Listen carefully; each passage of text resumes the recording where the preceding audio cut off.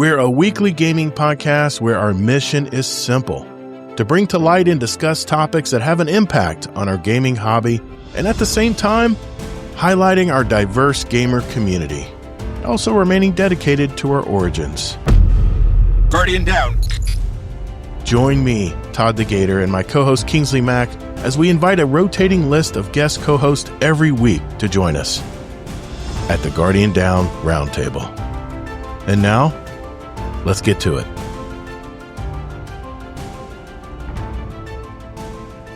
What's up, Guardians? Welcome to episode 350. Of the newly branded Guardian Down Roundtable. I'm Todd the Gator. Join me and my co-host Kingsley Mack as we invite a rotating guest list of co-hosts every week to join us at the Guardian Down Roundtable, where every gamer has a seat, trying out some different things, trying to see what sticks. Our mission's simple tonight: to create a dialogue concerning topics and news that impact our gaming hobby, all while keeping the focus on the community. We go live every Thursday, 9 p.m. Eastern on my Todd the Gator YouTube and Twitch channels, as well as our Discord live stage. And once a month, we will invite a new member from our Discord community to pull up a chair and share their story with us. We are a live video show, and we do produce an audio version of our show every Monday morning, and I mean early Monday morning.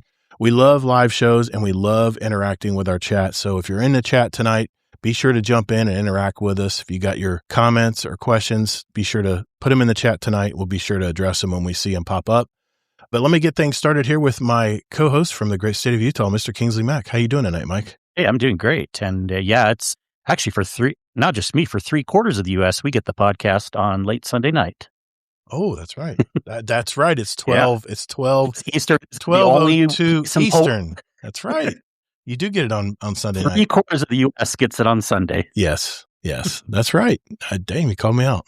Maybe I'll need to move it forward to 3:01. Anyway. There you go. That would fix it. Is it gotten any cooler in Utah, or is it still hot as blazes over there? Yes, actually. But this is just a little system going through. I was looking at the map, and it's coming from western to central Canada this time versus a little further east. So right now, actually, we've had some rain and stuff and almost snow where I live, and it's just in the nice, cool 40s and 50s. And nice. So we'll probably be back up to 80s next week. So it was 84 today. Yeah, and we're square past. We go from like comfortable winter to summer. We don't get a spring. Other than the oak trees are dropping like so much pollen right now. Our cars are coated in yellow. They have a yellow sheen to them. It's the craziest thing. My dog's itching like crazy. I got him on an allergy pill. My wife's coughing, and we're all like breathing in all this oak pollen, and it's just so strong this time of year. And you walk in at night, it's so humid and moist, you can smell the pollen sticking everything. It's spring, baby. It's spring. It's spring in Florida. Is this about me or you? I don't know. I might have shared too much. Hey, let's introduce our guests tonight. Our first guest co-host was initially on our show back on episode 207, titled Baking and Destiny 2 from July of 2023. Man, how time flies. She's also been in a couple of our roundtable episodes, and we were testing stuff out over the years as well. She is one of the main bakers in a vegan bakery, and if you need advice on a perfect dessert, she's your girl, especially if you have celiac disease. She has been part of my community for over 3 years now. We've always had a great conversation with her, and we've invited her back tonight from the great state of Pennsylvania. It is Mohawk Angel. How you been? I'm good. I'm so happy to be back. I love chatting with you guys. Yeah, it's so fun. You'd always get right into chat with us, and I said, she has such a bubbly personality and just always really gets into the topics and stuff. So thank you again for coming on tonight. This is going to be a fun night. Absolutely. Yeah, and you even have a really good topic too that we definitely want to get into. Our second guest co-host has been a part of our community for over 6 years now. He's one half of the Blueberry Lounge podcast, which I was on, I believe, last week. He's a streamer, a podcaster, and a music maker, and we're so happy to talk with him tonight from the birthplace of Canada and the wonderful province of Prince Edward Island of Canada. Please welcome back Mr. Sweaty Spooks. How you been, man? Hey, thanks for having me back, guys. Sweaty Spooks in the house, otherwise known as Colby, but everybody pretty well just knows me as Sweaty or Spooky. Nice, man. I know you're participating with injuries tonight, so I appreciate you sticking it out, man, hang in there with us. And I think you said you might have to duck out later in the show. And so if you guys see a out sick Post-it note over his window down later in the show, that's why. He's just gone through a lot today, and not to mention he's fighting some injuries, some physical injuries too. So thank you again, Sweaty. Appreciate you, man. Well, yes, the wonderful thing about Canada is the winter's here. Just so happens sometimes whenever you take your garbage out that you're met with some ice at the top of a staircase, and you find yourself suddenly at the very bottom and not landing in a pretty position. So thankfully, I'm all right. Nothing serious. Most of the pain is gone by now, but it's pretty difficult to do any sort of heavy lifting. Yeah. And I did do a full workday shift. So I'm a little sore, and yeah, it's been a day, but you know what? I said I was going to show up. I pulled through. I'm here and here to give it my best effort. So here we are. I appreciate you, man. And Yeah, yes, and sorry about go ahead, Kingsley. Oh, just real quick. Sorry about the injury, man. I grew up in a warm area without snow. So whenever I hear about someone getting injured from cold weather areas, I get so pissed off. I'm like, sucks that happens. Yeah. That's life. Yeah. Yeah.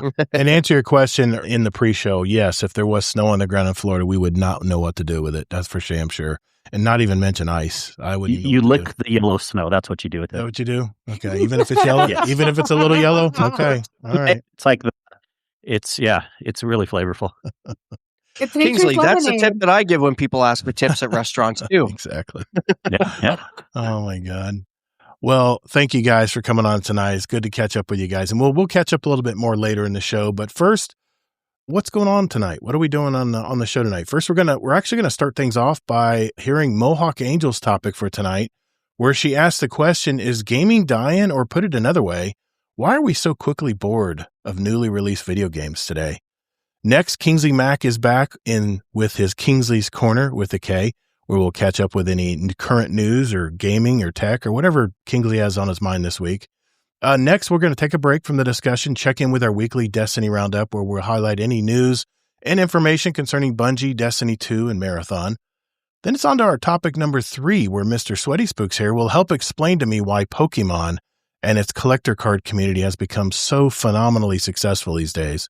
He'll break that down for us. And then for the final topic of the show, I'm going to do something I've never really done before, and that is bring a topic that was submitted by our community.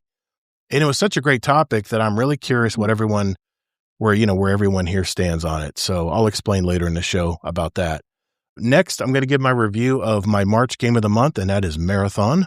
After which point, we'll shift gears into our catch-up segment where everyone will express and share what they've been doing, any highlights of their week or their month for that matter. And at the end of the show, if time allows, we'll answer questions from our community.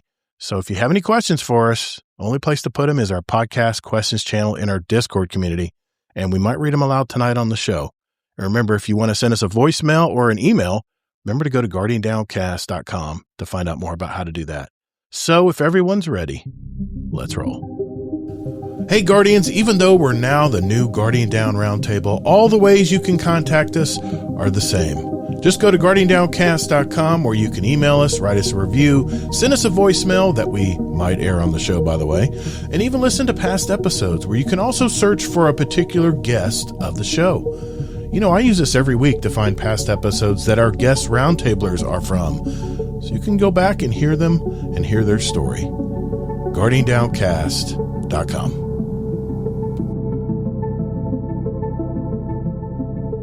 All right, first off, we're starting with Mohawk Angel. What do you got for us tonight? Well, you already introduced my topic, and I asked the question, is gaming dying? Mhm. And are gamers getting bored or uninspired? I feel like in the past several years, when a new game drops, it's broken, underwhelming, unfinished, or we're all over it in just a matter of weeks.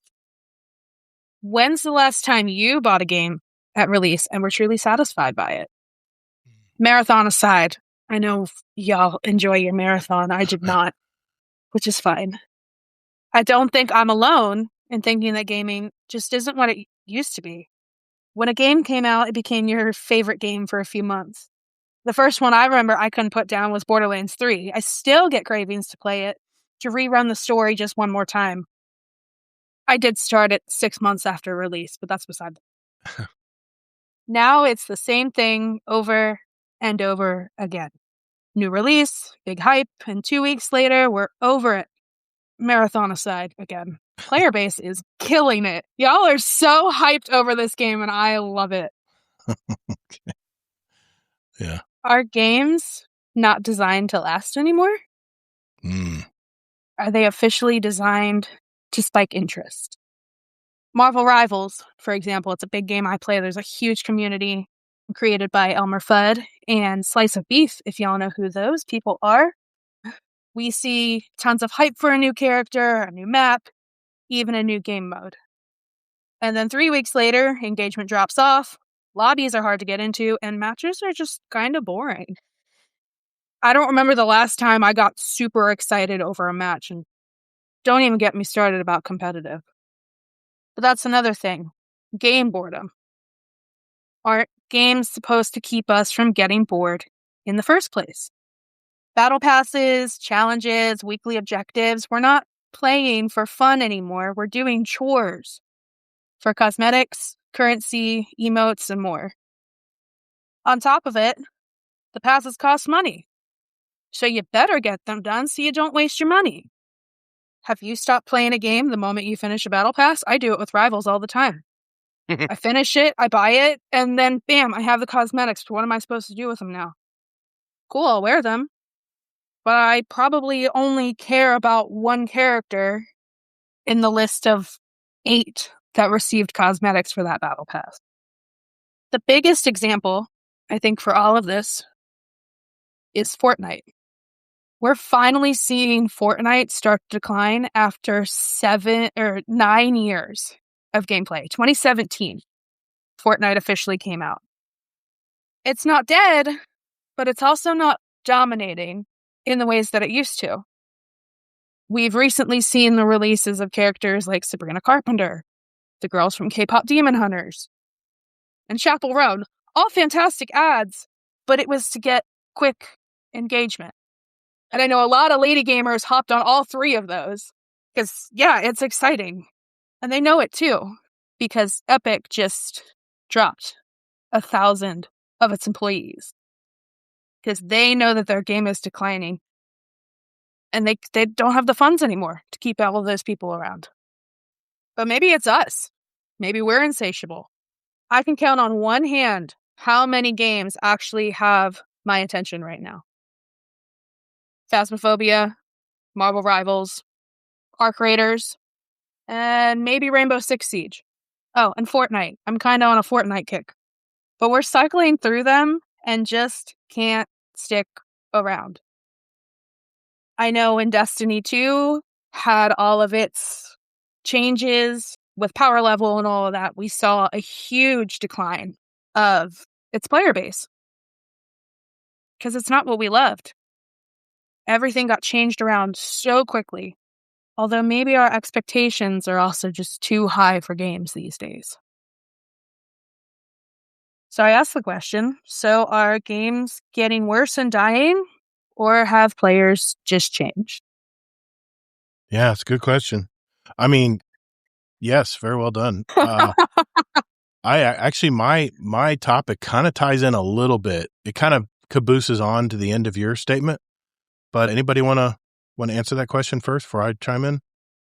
A lot of the bigger names and titles, in my opinion, I'll say, a lot of them aren't really coming up with original creativity. In my opinion, a lot of it is a rehash of something that at one point had great success with the hope of chasing the coattails and the success of a different company. So, like, as an example, I like Marathon. I play Marathon. I enjoy Marathon. But I feel like Marathon was chasing the success of a different company that had great success at the point that it came out due to the fact that it was original curiosity. Maybe not original, because there were ideas in terms of extraction shooters that were bouncing around, but somebody got the recipe correct. And they started to, and I don't just mean Bungie, and I just using this as an example, but like in the spectrum as a whole of all the big name companies that are pushing out games, they're all doing the same thing.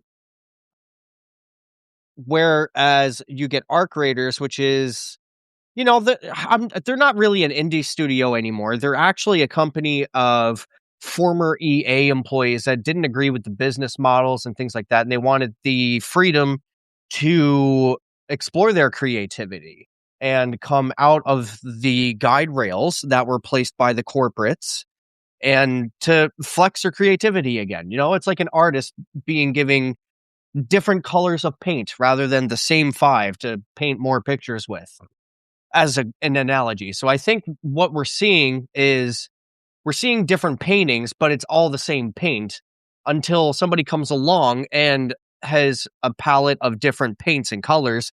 They can paint a different picture, which feels more refreshing to the end user, so they're more engaged in it. But that experience is now at a point where it's becoming far and few in between, in my opinion.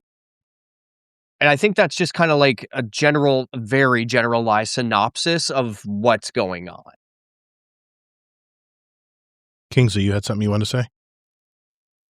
Yeah. First of all, I'm mesmerized by your headphones, Mohawk. They're lit up, right? Oh, thanks.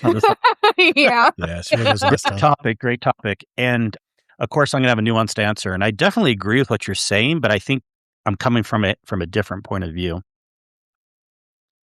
The answer is both, and I'll tell you why.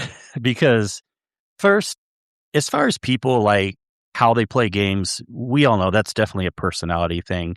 Mhm. I even sometimes get a little confused how some people go from game to game quickly, and that's not always entirely a game's fault. Some people do like moving from games just quickly, like more of that. You can call it ADHD style, or it's not even necessarily just that. It's some people like to sample things, and I lean more that way, although I know people that are way more hardcore than me in some groups that are like playing a game hard for like 3 days and they move on to another game. So that alone, there's nothing wrong with that. If you're that type of person, that you don't even have to say you're necessarily getting bored with it, that the game is at fault, but it's just your personality. You like to move around to different games. I've actually had, just to answer your one question, good games lately. There's been tons of good games I've loved. And some of these games have been around for a while, but they've had updates recently. But I just made a quick list while you were talking. The Division, Diablo Seasons, Clair Obscur, Crimson Desert, Ghost of Yotei, Resident Evil. I could go on. Like, I still think there's plenty of good games coming out that keep my interest. But that being said, I think more of the fault is probably, if I had to put a percentage, more of the fault is on the game developer side.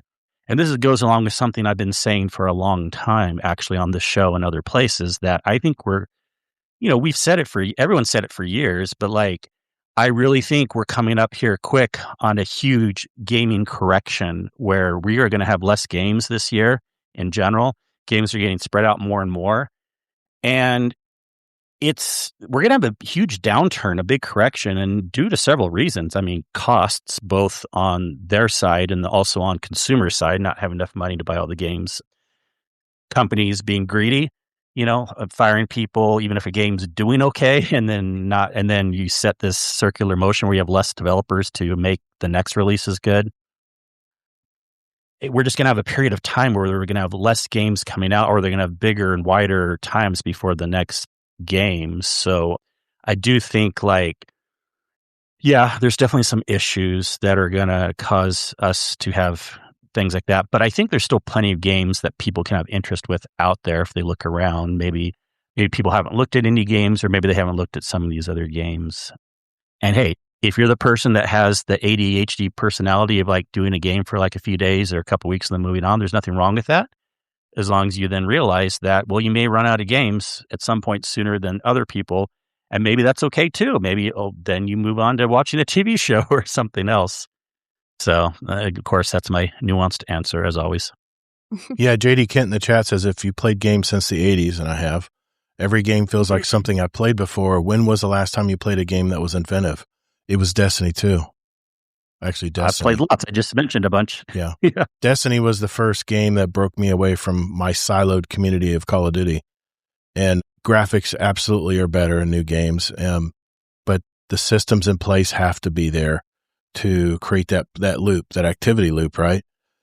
I wrote down a couple notes here. I think one of the main things that we are so picky about games, or maybe that we get bored so quickly, is the fact, Mohawk, that investors have gotten their greedy little hands in how developers make games these days. And publishers put the pressure on the developer, and they have this cookie cutter mentality of how to slap a game together and then smack it on the ass and send it out. And that's why I think, well, I mean, that's the way I envision it. Cause I think a lot of games are released today and you're like, who wants this game? Or you look at this game and you're like, where is the progression? Where is the loop? What's going to keep me coming back to play this game? And it just seems like you want my wallet every time I turn around. There's something that's getting flashed in my face as far as some kind of microtransaction. And that gets in the way sometimes of games. And here's the thing too. We talked about this a couple shows ago. There's 20,000 games released in 2025. That's a lot of games to compete with. And when Bungie released their game in 2014, there were only 75 games competing with it. So times have changed, man. I've been through this cycle before. Maybe you have too, Kingsley. It might be a little too early for you, but I remember the end of the Atari years when there were so many Atari console games out. They all looked the same. I mean, there were 8-bit graphics. I mean, you really can't go much more, can't really do much with that.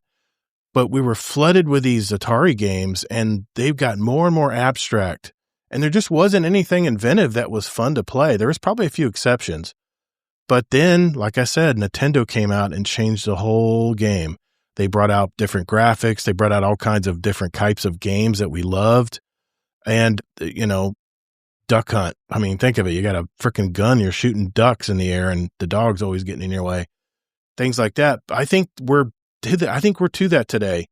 I think we're to a point where we need to make that next big leap in gaming, and I don't think we're there yet. I think we're at that saturation market where everybody puts out a game now, and I think there's just so much competition now that if we don't like the game within the first, 2 or 3 hours of playing it, we move on to something else. And that ties into my topic tonight, so I don't want to go down too much. And it's not just for people not liking the game. There's plenty of people that do like the game and move on. Absolutely. And don't think that people that play a couple hours don't like the game. Yeah, but our attention span, I guess, has been with social media and this stupid phone that we carry around all the time.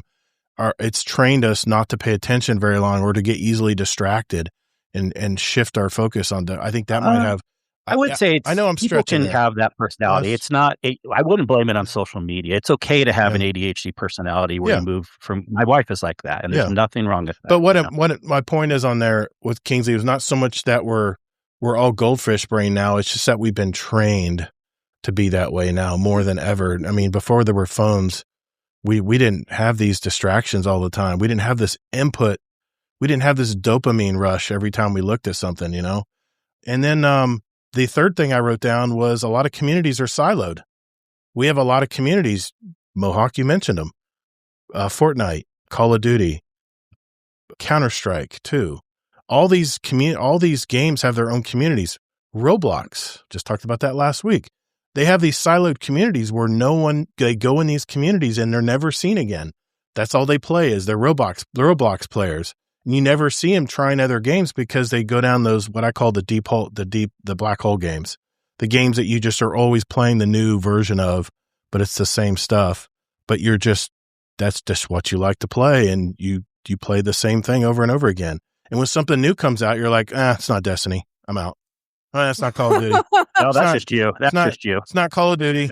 It's not Call of Duty. Doesn't have the same controls as Call of Duty. I'm out. Or, it's not Fortnite, you get used to your comfort games. And I think it comes a point where you're very, very sensitive to any new games that come out. You tend to be overly critical of it. And anyway, I won't go down the rabbit hole too far there because my topic kind of overlaps a little bit on this one. So Mohawk, you have anything you want to say in response or? No, not really. But I will say Destiny, it's still one of those games that I can't find anything that scratches the itch to want to play it, but I can't bring myself to come back. And I can't tell you why I can't bring myself to come back. But I've tried, Warframe. My husband just tried to get me on Division 2. I can't stand the graphics of Division 2, so I don't think I will play that. Oh, don't tell Kingsley. Like Warframe just does not do it for me. And I know a lot of Destiny players went to Warframe. Yeah. Just nothing scratches the itch quite like playing Destiny 2 would. Yeah. It's also massive on Xbox. So I just that's my biggest reason why I won't come back. It's a massive game. It is. It's very But big. I do miss it. Well, I was wondering, is there any other, if you happen to know things that are coming out this year or whenever, is there anything you're looking forward to?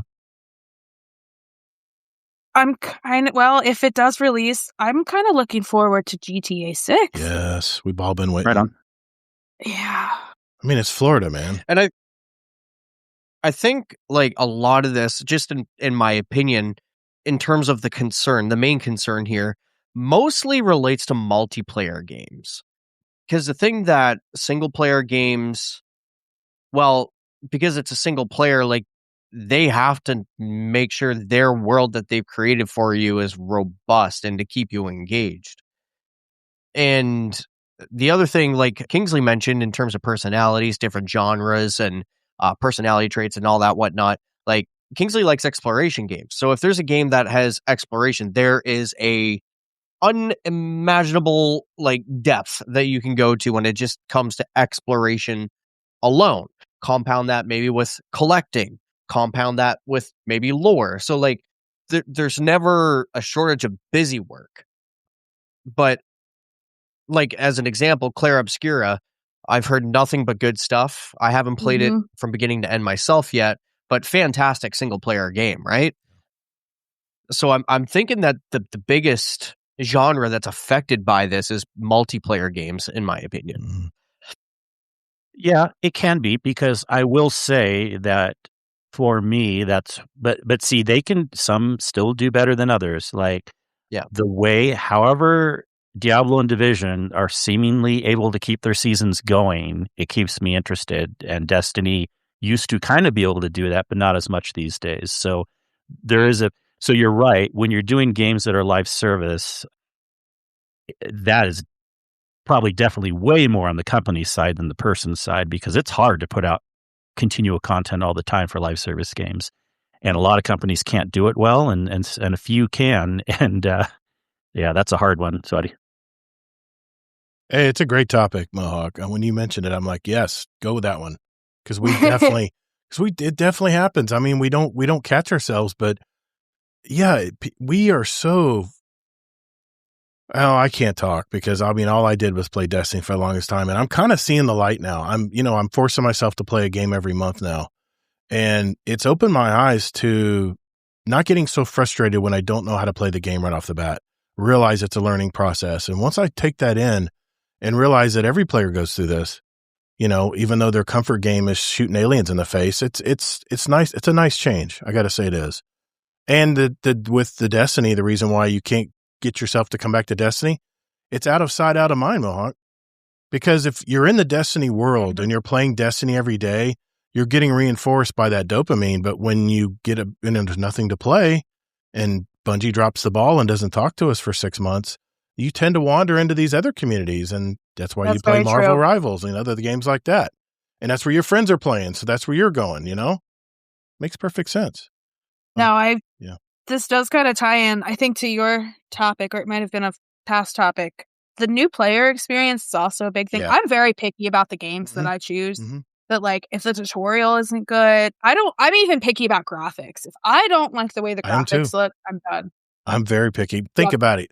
I'm so old. I played the first 8-bit games that were out. And think about what we play now with freaking almost video realistic, almost photorealistic games. And I have very high level. I have a very high bar when it comes to graphics. So it's a good topic. I'm glad you brought it up tonight. Thank you for bringing that to the table tonight. Appreciate you. Let's move on to our next segment. That's going to be Mr. Kingsley Mac. Be right back.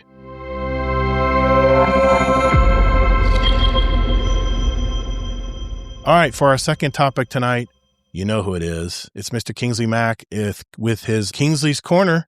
So what's on your mind tonight, Mike? What do you want to talk about, man? Yeah. I was only going to talk about one thing, but I have a second really quick thing I'm adding in, because some really great news about RAM prices are starting to fall.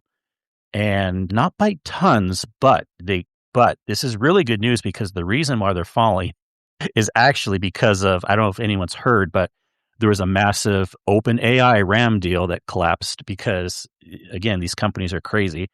OpenAI just wrote on paper that they were going to buy a lot of RAM, but already they're starting to pull back on not wanting to spend so much money on AI stuff and realizing that they may not have the money to do so.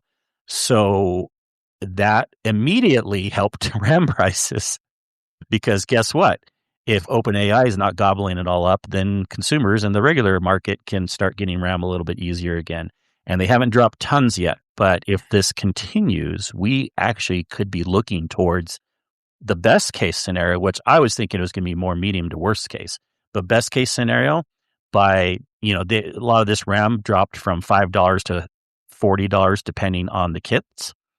Well, we could be looking best case scenario by later this year at some pretty okay RAM prices again. So still too early to say entirely, but I don't know. I thought this was kind of great news.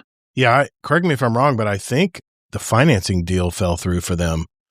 If I remember correctly, if I remember reading the story right, I may be wrong, but maybe that's why the deal didn't go through, where they were going to buy a bunch of... There's a lot of things going on that it doesn't even really matter because companies can move money around. But ultimately, if they decide that whatever reason or excuse they want to give, but if they decide that it's not going through anymore, then that's helping us out.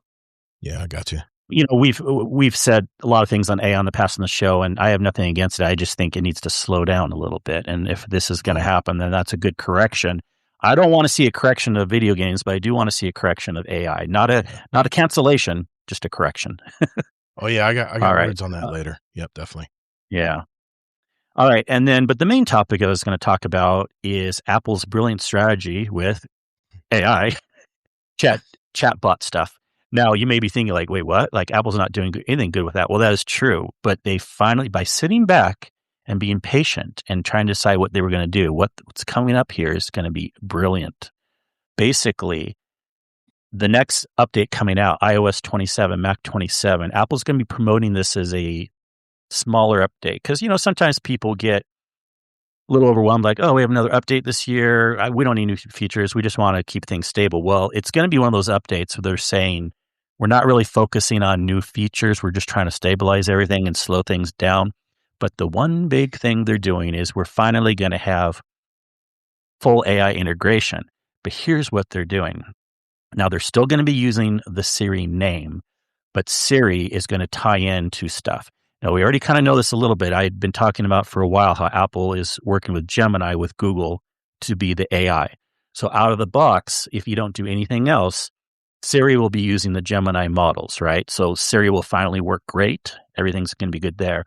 But Apple's going to be opening up to every other company. If you want to use ChatGPT, if you want to use Claude, if you want to use whatever, the X1, whatever, you can have a plugin so that it's still Siri in name and fully integrated on your phone and your computer, but it's using that chat system that you get to pick.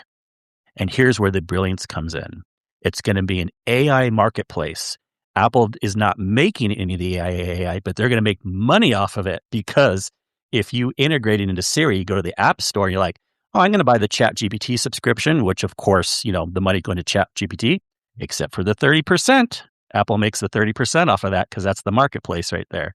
So Apple's going to be raking in millions and billions off of all these other AI companies. And the consumer can pick whatever one they want. I think this is brilliant. It's smart because they're not participating in the AI race like all these other crazy companies are. Yep. They're not on a rocket course to the moon hoping that someone lands and doesn't blow up in pieces. That's a smart way to approach it, I think. Just use what everyone else is coming up with and integrate it into your system. I mean, how many trillions of dollars is Apple worth? I mean, it's just insane, man. Because Google's not going to do that. Of course, they want everyone to use Gemini, but Apple's going to promote Gemini for if you want the free thing, but you can use any one you want, and then Apple can make a cut off of that. I love that. Because right now I'm using Gemini on my Apple phone, but through the Gemini app on my Apple phone. But I asked Siri and she's like, well, do you want to go to ChatGPT to talk about it? I'm like, no, I want you to give me the answer right now. We're so spoiled with AI these days. And that should be getting better That's because when Siri finally has full Gemini backing her, that's good versus the dumb Siri that she is right now. I'm a big Gemini 3 user. I love Gemini of all the other models out there. I haven't used Claude, but my wife says she likes Claude, but I don't know. What do you guys think of this? Apple piggybacking on the AI race, but not actually involving themselves in it. Does that appeal to you guys at all? Or I mean, it makes sense. It might even seem like common sense. If I were to draw parallels, it would be something similar to what like cell services do in order for your signal to reach different areas. So, I mean, why not? It's like Mint Mobile using AT&T's towers. It's kind of the same thing, yeah. Mm-hmm. Yeah. What do you think, Mohawk? Any comment? Yeah, I'm a ChatGPT user. Okay. I don't know. It would be kind of nice to not have to, open an app or open my browser to ask it just the lamest question. I asked it to help me fix a bread recipe the other day. It was great. I feel like the ease of use would be really nice. Especially on Apple. Yeah, it's coming. There are a lot of people against like the AI everything for multiple reasons, but I really do think it's going to be helpful in the long run. Yeah. Oh yeah. Well, as we've said on the show in the past too, AI is such a nuanced topic. There's things that are good about it. There's things that are bad about it, and you just have to know what's good or what's bad. And isn't that everything these days? There's good and bad of everything. Like pick your poison. Yeah. I will say I'm not a fan of AI in terms of creating art. Oh yeah, I knew you were going to say. I 100% agree. No one is in favor of that, right? This is my shit. Well, here's it's not even that. It's the other forms of art. It's not even like your typical artist. It's your cake decorators. And I was just talking to Gator about this in the Patreon lounge chat about how people have been sending me. Even my own mother sent me AI created. That's right. Cake decor. And how am I going to create this? It cannot be recreated. Oh my gosh. At any sort of human skill level. Like I had someone ask me for a cake design. It was probably 2 months ago with these like shimmering realistic betta fish and not even in a combination of rice paper or like sugar wafer paper and fondant could you create these damn betta fish. I was like, nope, can't do it. Absolutely not. Go find someone else who might be willing to attempt it, but I'm not. Jeez. Yeah. Scarlet Maddie says in chat, with AI, it's like if they're close to creating very powerful intelligence, why don't we just point it at itself and tell it to figure out how to self-optimize and use less power, water, and server space? Maybe we can't, I don't know, just flowing through the noggin here. Just don't create any meta-stable AI. We don't need Durandal. Durandal? I don't understand that reference. Sorry. Is that a Magic the Gathering phrase or something? I get what he's saying, but it could get in a much longer discussion. Marathon AI. Thank you. Sorry, Maddie. I failed that one. I should have known that one. I should have known that reference. Your pop quiz is a 0 out of 10. That is 0 out of 10. I know. I feel like I know Marathon better than Todd does some days. Oh, man. Yeah, you guys aren't going to. Anyway. Good topics, Kingsley. Thank you, man. I appreciate it. Anything else you want to mention before we move on? That is all. Okay. Thank you very much. Let's move on to our Destiny Roundup segment right after this.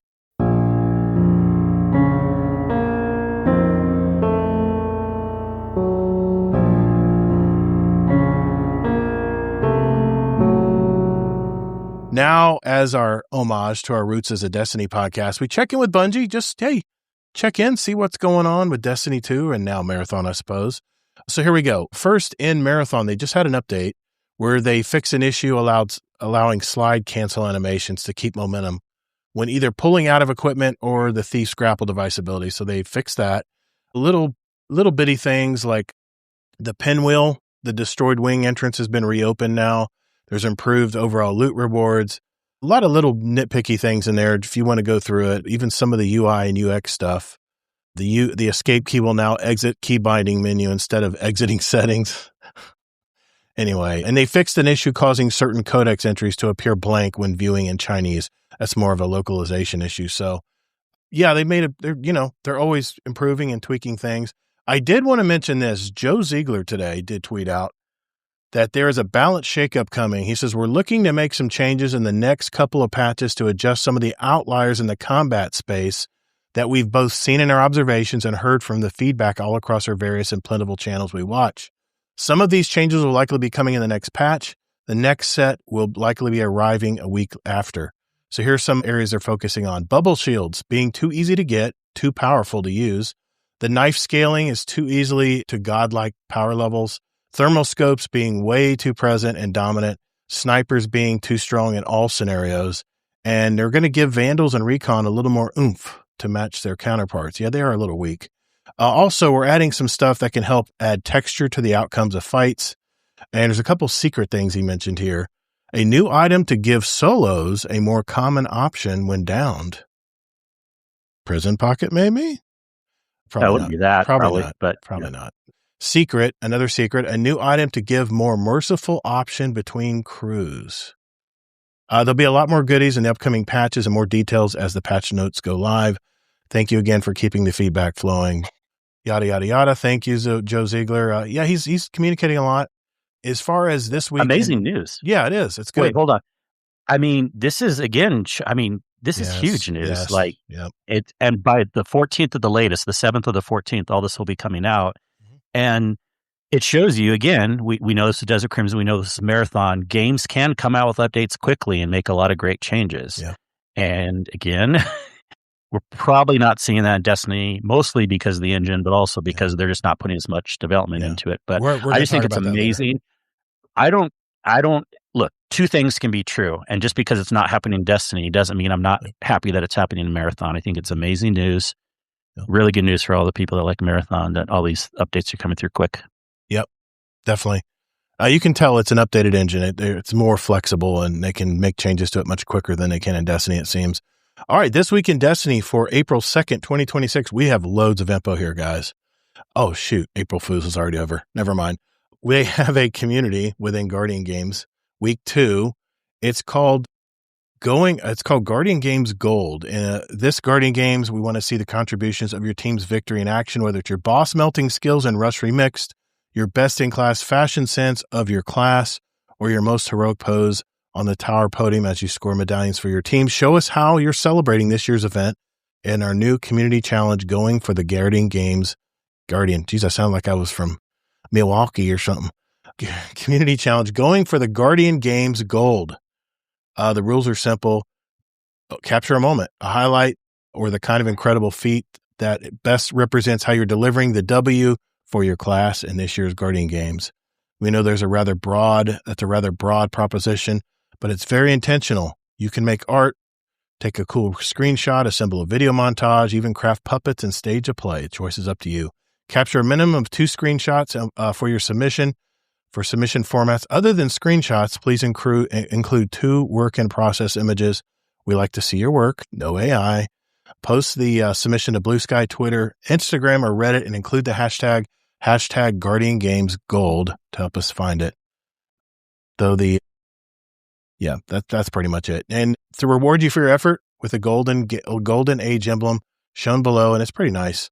You'll have a bunch of pics on the April 9th TWID, and then a second set of pics on the April 16th TWID. So there you go. That's pretty much it, guys. That is all we got from the TWID this week. So yeah, that's it. That's all we got this week for our Destiny Bungie Marathon Roundup segment. So we're going to move right along to Mr. Sweaty Spooks when we return. All right, so now we're all caught up on all that enormous information from Bungie this week. Let's shift gears and turn things over to Mr. Sweaty Spooks. What do you have for us tonight, Sweaty? You going to explain to me what is this phenomenon called Pokemon? Absolutely. I'm going to start and preface with, I'm going to try to keep this as short as I can, but there's a lot to unpack when it comes to the world of Pokemon. So if Pokemon doesn't necessarily grab your interest, you may want to skip to the next section. That's your warning. Okay. But to also tie it into with what Kingsley was talking about when it came to the RAM, I kind of drew a parallel when he was speaking previously on how big companies, or rather one niche particular group of individuals, will buy up all of the stock for one reason or another, which kind of causes the everyday person a little heartache, a little more difficulty when it comes to whether it's creating your own PC, whatever it is, right?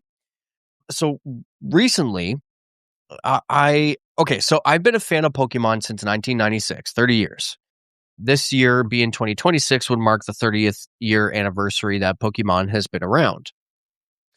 Now, I've on and off did the cards, but I've always played the games. When I say the games, I'm not talking about Pokemon Go. I'm not talking about Pokemon Ranger or anything like that. I just mean like the main streamline of games like Yellow, Red, Blue, Sapphire, Ruby, Emerald, all the way up to the most recent, which is at the moment Scarlet and Violet. Okay. But in diving back into the trading card game, recently I just got a Switch 2. And the way I did that, I had heard somewhere along the ether that Pokemon cards had some value to them and some people were making money off of them and stuff like that. And I thought that was interesting. So I went digging in the closet because I knew I had a couple of tins that I had bought years ago. And they were just sitting in a closet where I left them when I bought them. I took out those tins and I brought them to my local card shop. And one card that I had was a Charizard. And that netted me $435. Dang. And there was a slew of other cards afterwards, but essentially I was given the option to either have $850 in store credit or walk out with $700 cash in hand for something that has just been sitting on my shelf for the past 10 years. So I opted for the cash, so that way I could get myself a Nintendo Switch 2 There you go. so I can continue participating in Pokemon on the Switch 2 platform, being my mainstay. Now that I started back at zero, I have recently just started getting back into collecting the Pokemon cards again. And it's very eye-opening. If you were going just to your regular card shop, like your local card shop, I mean, you're going to have a great experience. I've come to learn that the newest or latest line of Pokemon cards that are releasing are going to be the cheapest. The value goes up as they age, and that all starts by the time that the next line of cards drops. So it's just interesting because whenever you get your, let's say you were to buy something that's called an ETB or an Elite Trainer box, it comes with 9 packs, comes with flip coin if you were playing the game, sleeves that are specific to the set of cards that you're buying. And it's just a nice little collector's item, essentially. But whenever you open your packs, you get some what are called bulk cards or just regular playing cards. And then you can get some foils, reverse foils, and then you can get some holographs.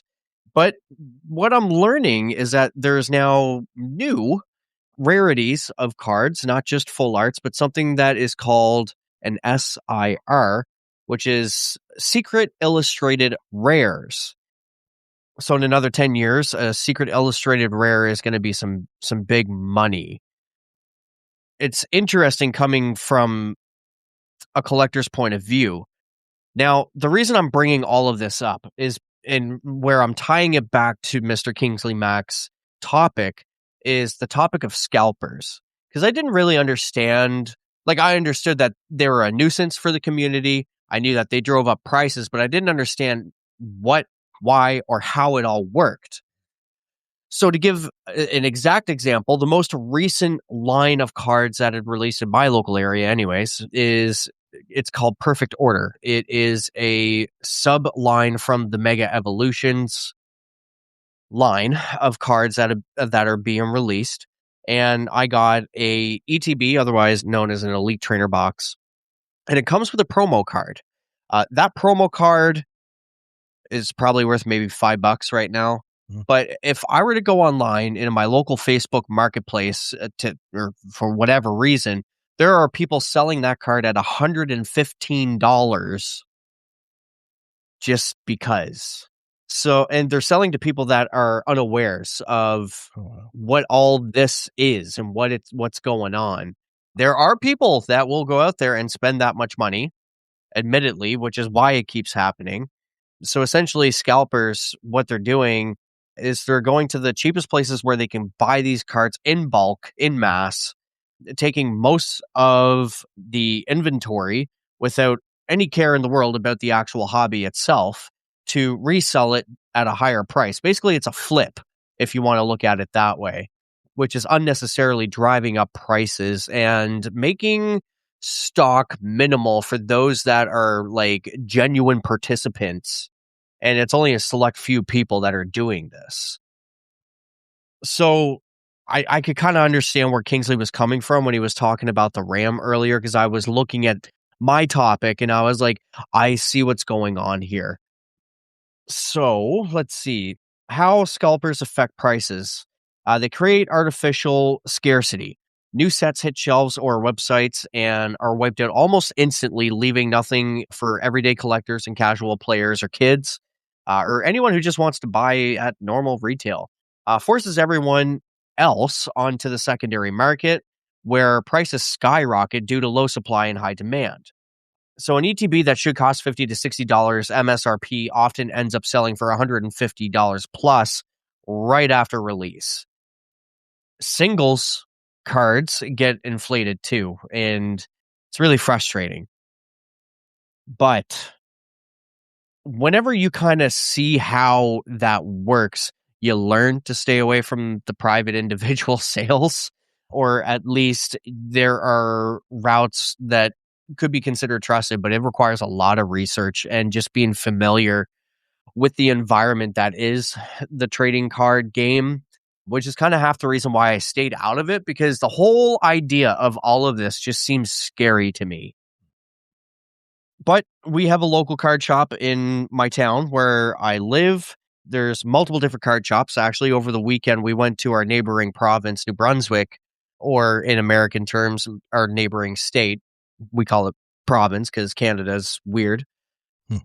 We had a nice little lunch date. Me and the wife, we went over, did a little bit of shopping, went out for lunch, and afterwards we went and bought Pokemon cards in their local shop, which was a much bigger selection, may I add. It was a great experience. Mm-hmm. And we got the experience of pulling those SIR cards, the really nice rare cards, and we understood that right now, if you were to look it up, this card is just released, so it's scarce. Not a whole lot of people have gotten their hands on this card yet. It's $175. Damn. 5 days go by, and at the end of that 5 days, okay, more people have bought this set. This card is in more people's hands now. It's now worth $125. And there's an app that helps you identify that. It's called Collector. So COLLECTR. No E between the T and the R. Okay. So what you do is you can either write in the part number for the card, or you can scan it. You can pay the one-time $8 a month fee to have unlimited scans, or get 30 for free. And it'll scan the card and it'll say, okay, this is your card. This is the sale price that it's going for right now as a single.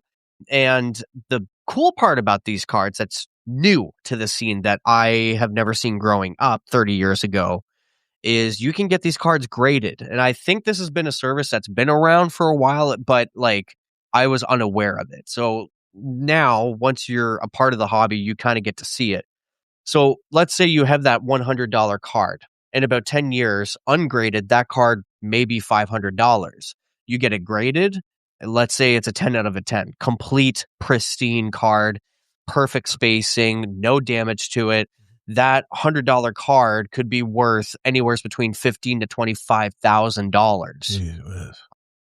So it's a collector's thing, but it can also turn into an investment at the same time, as long as you take care of your stuff.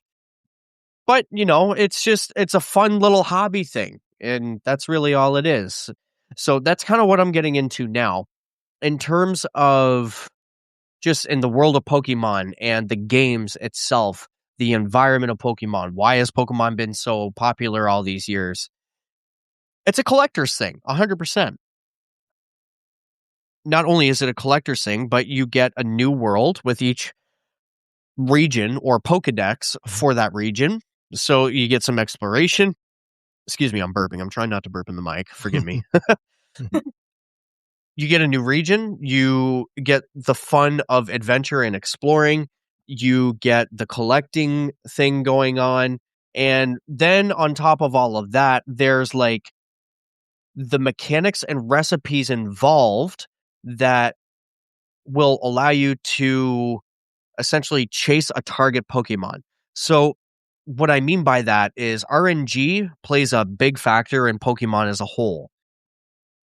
As an example, in the games, your trainer ID and your secret ID are going to be two things that influence the seed that the game starts with. And as time goes on and the amount of frames that pass and the new seeds that are generated are some of the mechanics that allow for randomizing to determine what nature your Pokemon's going to have. And nature determines one stat up, one stat down. As an example, Modest will increase your special attack, but lower your physical attack. Really good if you're looking at someone like, let's say, Alakazam or Abra, even a psychic type that uses confusion rather than something like Cut. So that nature is really good for that Pokemon. But if you have, let's say, a Machop or a Machoke or a Machamp, that's a fighting type Pokemon. You want it to have an adamant nature, which is going to increase its physical attack and decrease a stat that's not relevant to the stat package for that Pokemon. There's other things as well, such as an ability. They also have hidden abilities and everything like this. You can breed Pokemon to produce an egg. And there's also what I personally like doing in Pokemon, which is shiny hunting. What's shiny hunting? Well, in the OG, Gen 1, Gen 2, Gen 3, so Red, Blue, Yellow, Gold, Silver, Crystal, and Sapphire, Ruby, Emerald, the odds for every single Pokemon that you see in that game is 1 in 8,192 that it's a different color. That's all shiny is. It doesn't give you a stat boost or anything like that, but let's talk about Charizard as an example. An iconic Pokemon that most people will understand. It's an orange dragon. When you get its shiny palette, it has a special little animation to identify it as a shiny, but also it's black with red on the inside of the wings. It's kind of a flex to show that you invested time in order to produce what would be a special Pokemon to you as a trainer. It's also a testament to your patience and your dedication to the game in order to represent yourself and your personality as a trainer in the world of Pokemon. So there's a lot of different avenues and niches to be filled in the world of Pokemon. I'm just kind of discovering the cards and stuff like that all over again just now. But yeah, in terms of the video games themselves, excluding Pokemon Go, excluding even Pokopia for now, I have it. I just haven't played it a whole lot. My wife beat it. But yeah, like the mainline games of Pokemon have been a staple through my entire life. And there would be periods where I would go without playing it, or I would have an interest in something else, be it Call of Duty, be it Destiny, or anything else that's not a Nintendo product, because you can really only play those games on a Nintendo product.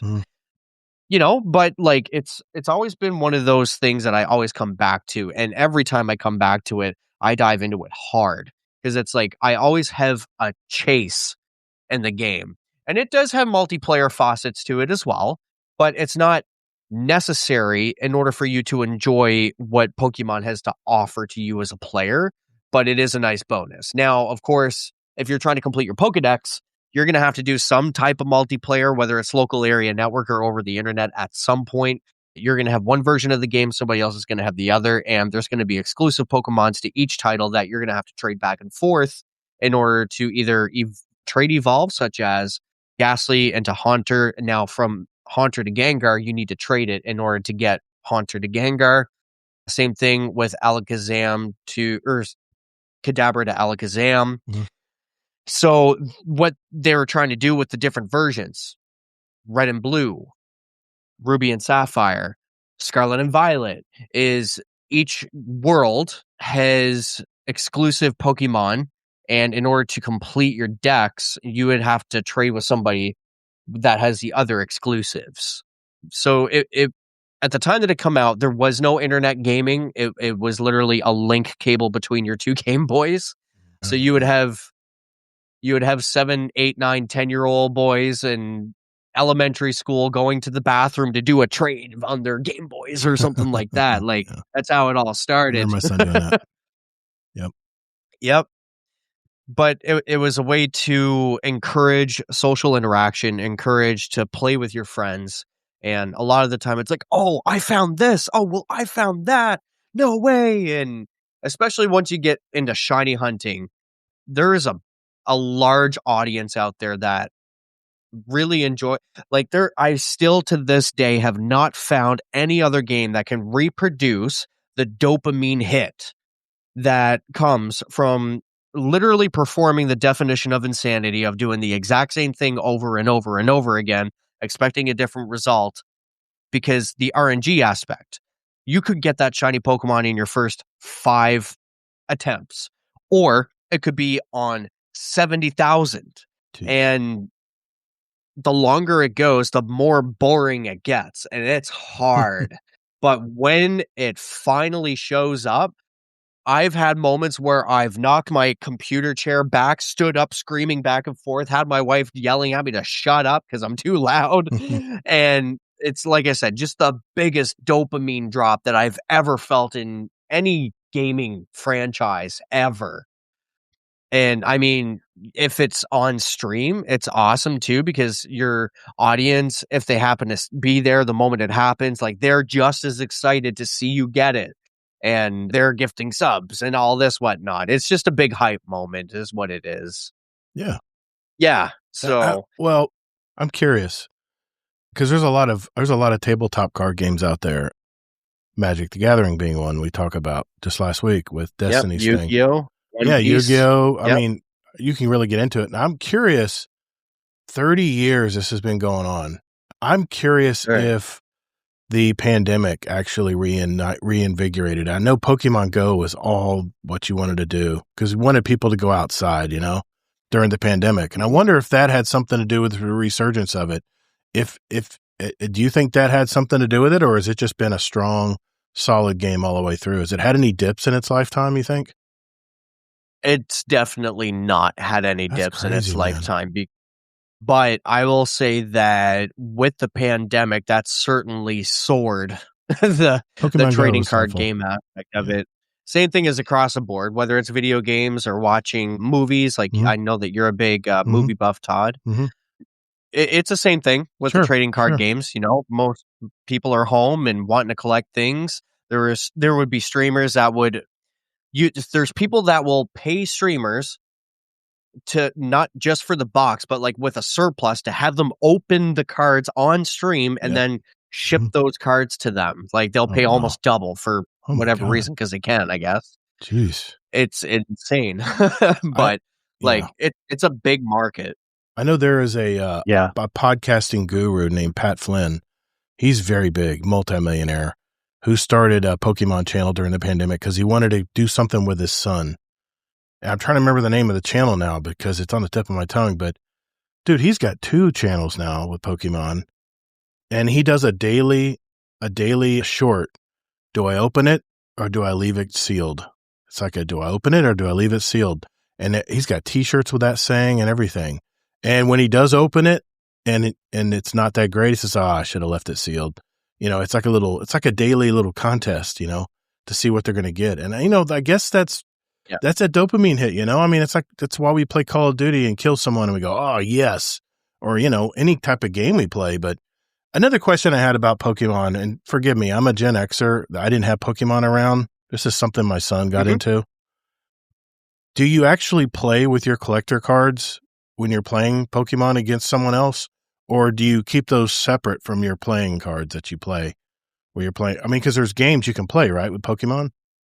Like a card game? 100%. Like so this really is dependent of the individual. Very similar to our conversation earlier in terms of what makes a game successful, right? There's people that collect cards like myself just to collect them. Right. But there's also people that are like competitive card players. They hold big esports events on a big stadium. They'll fly you to Japan and there's a big cash reward and everything like that, and it's televised. Pokemon is one of the biggest entertainment phenomenon ever because it has a very unique core recipe that has been around since it started, blending video games, trading card games, anime, merchandise, and it just kind of morphed into one of these cultural juggernauts that's endured the past 30 years. Not to mention that because it can appeal to such a young age, there's constantly a new generation being introduced to it. And then the people who are getting older have carried it with them forward, like myself, this whole time, So it just keeps getting bigger. That's awesome. Kingsley, you have anything you want to mention? Yeah. On the trading thing, it's very intriguing to me, even though I'm not into Pokemon. I do, well, funny side topic, I kind of wish I had my first gen Garbage Pail Kids cards. Oh, I hear they're worth something, especially because they had to like make a lot of less crazy ones because of some lawsuits going on.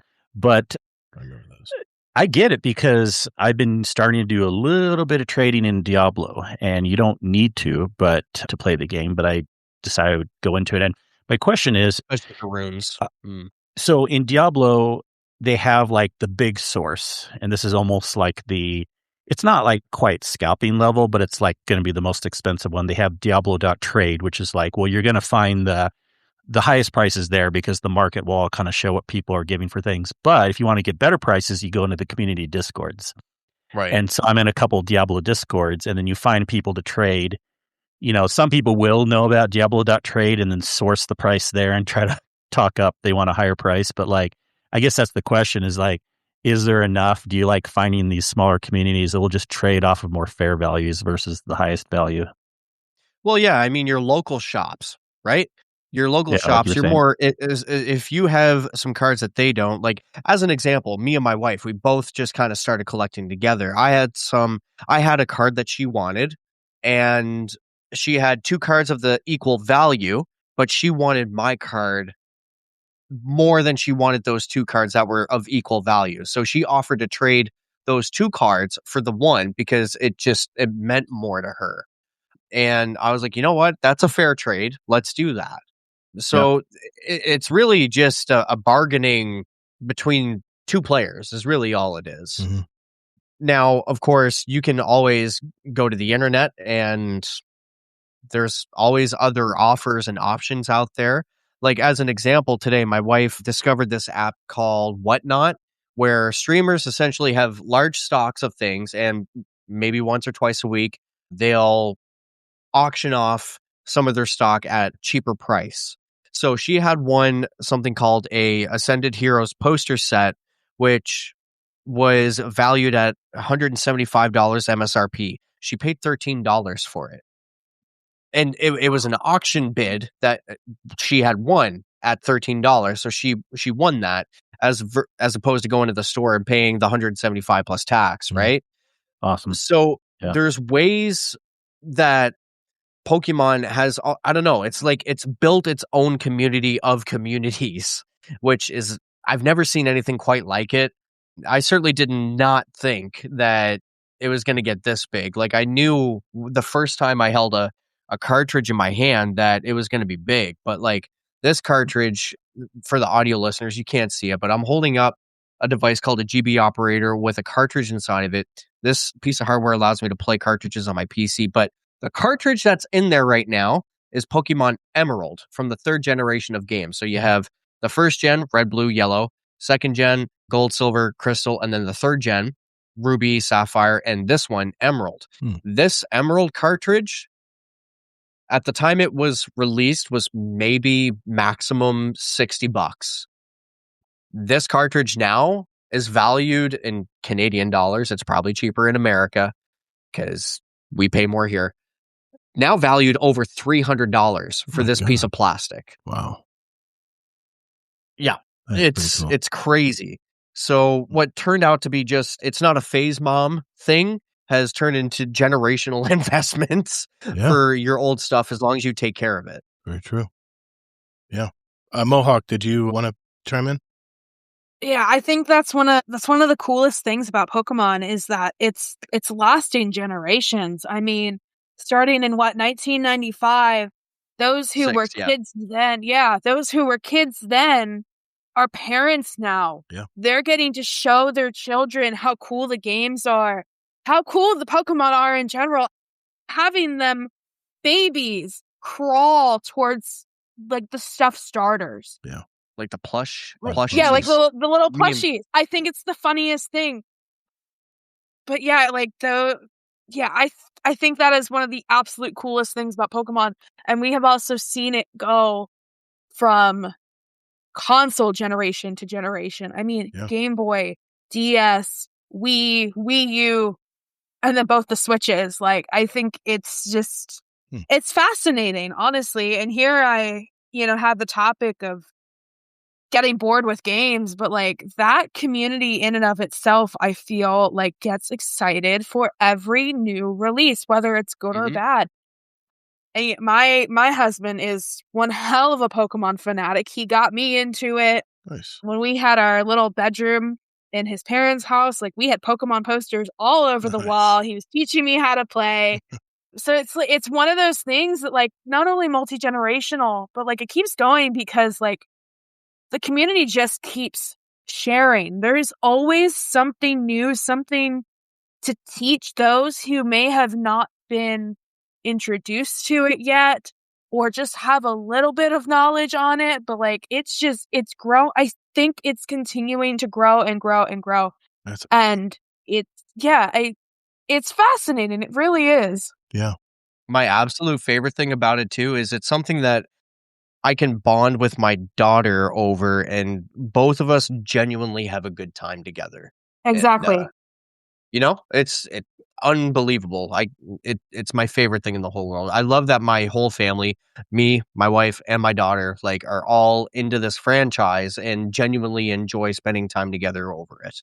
I think it's important because with the rise of Web3 and NFTs and all that type of thing that's going on today about digital products that you can't physically touch, it's nice to have an actual card that you can admire the sheen on it and how rare it is and what each character does. And it's just hard. It's rare to see that today with something that's lasted 30 years, man. That is amazing.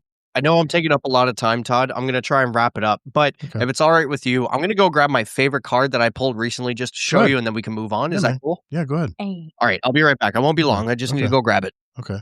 Yeah, who knew that like a bunch of animated critters would become such a phenomenon? Well, honestly, that's the Nintendo craze, man. I was there when Nintendo that first too, came out. yeah. And you started to Mario love these. still doing it too. Yeah, Wow. All the Nintendo stuff. Yeah. Absolutely. Yeah. Okay.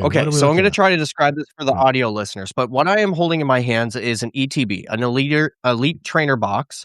So this is the box that it comes with to hold your cards. And whenever we open it up, we take a look inside. You can probably see some of the stuff here.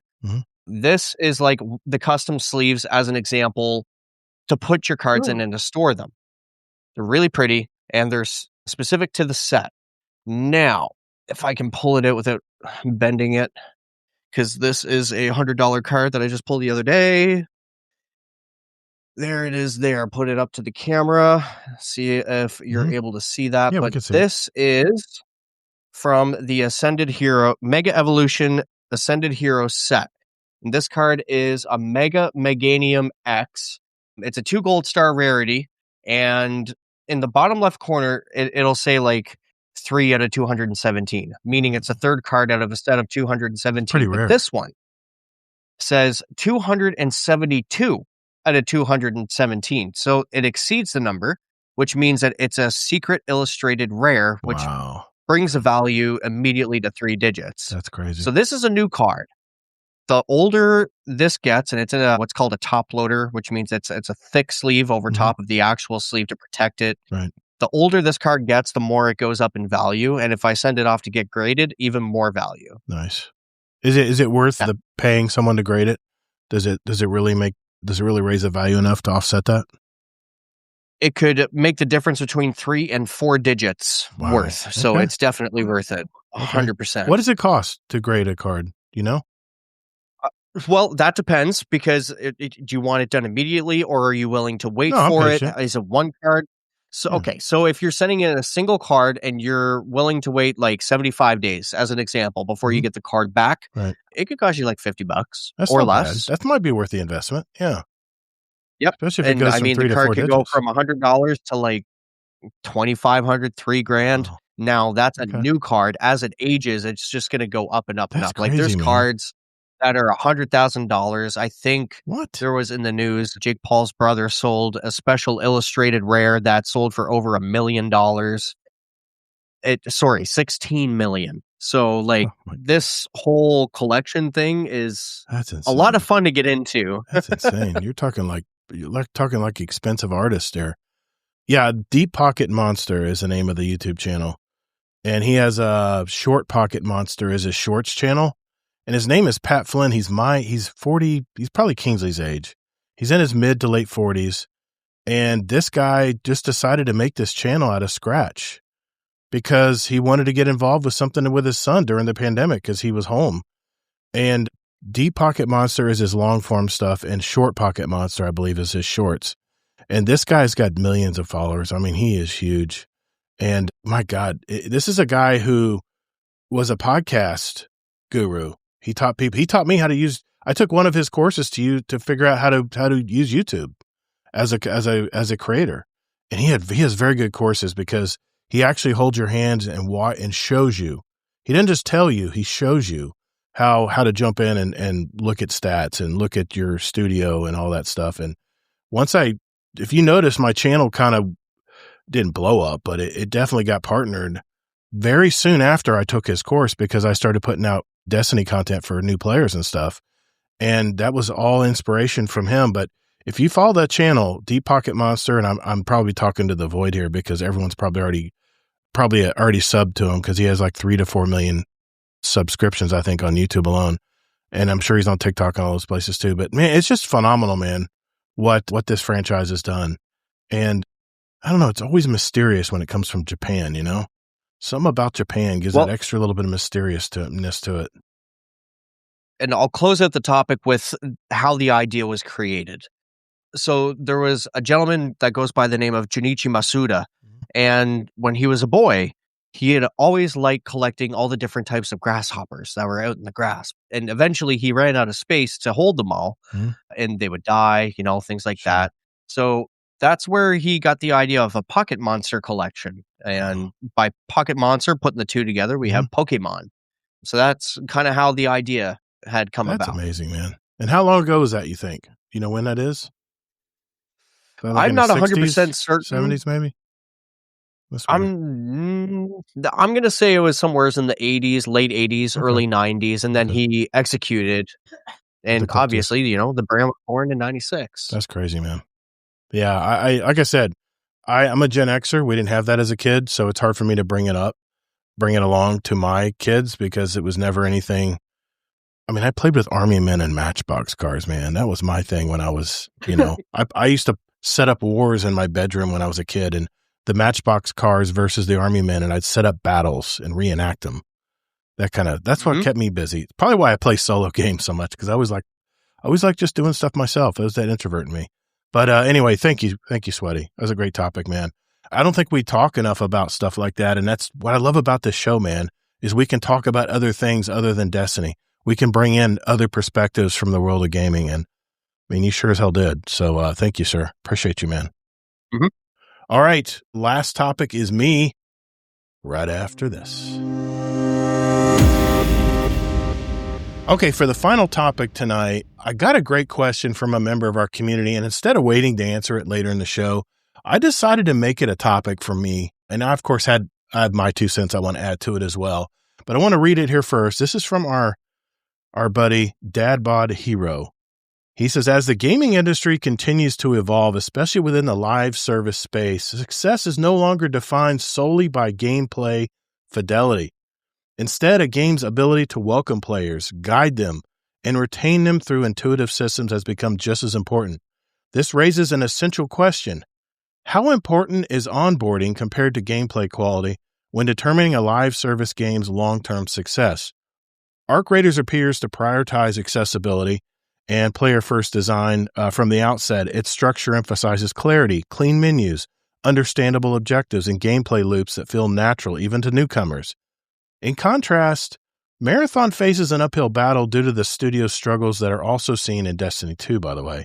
As a newer player stepping into Destiny 2, the experience felt very overwhelming almost immediately.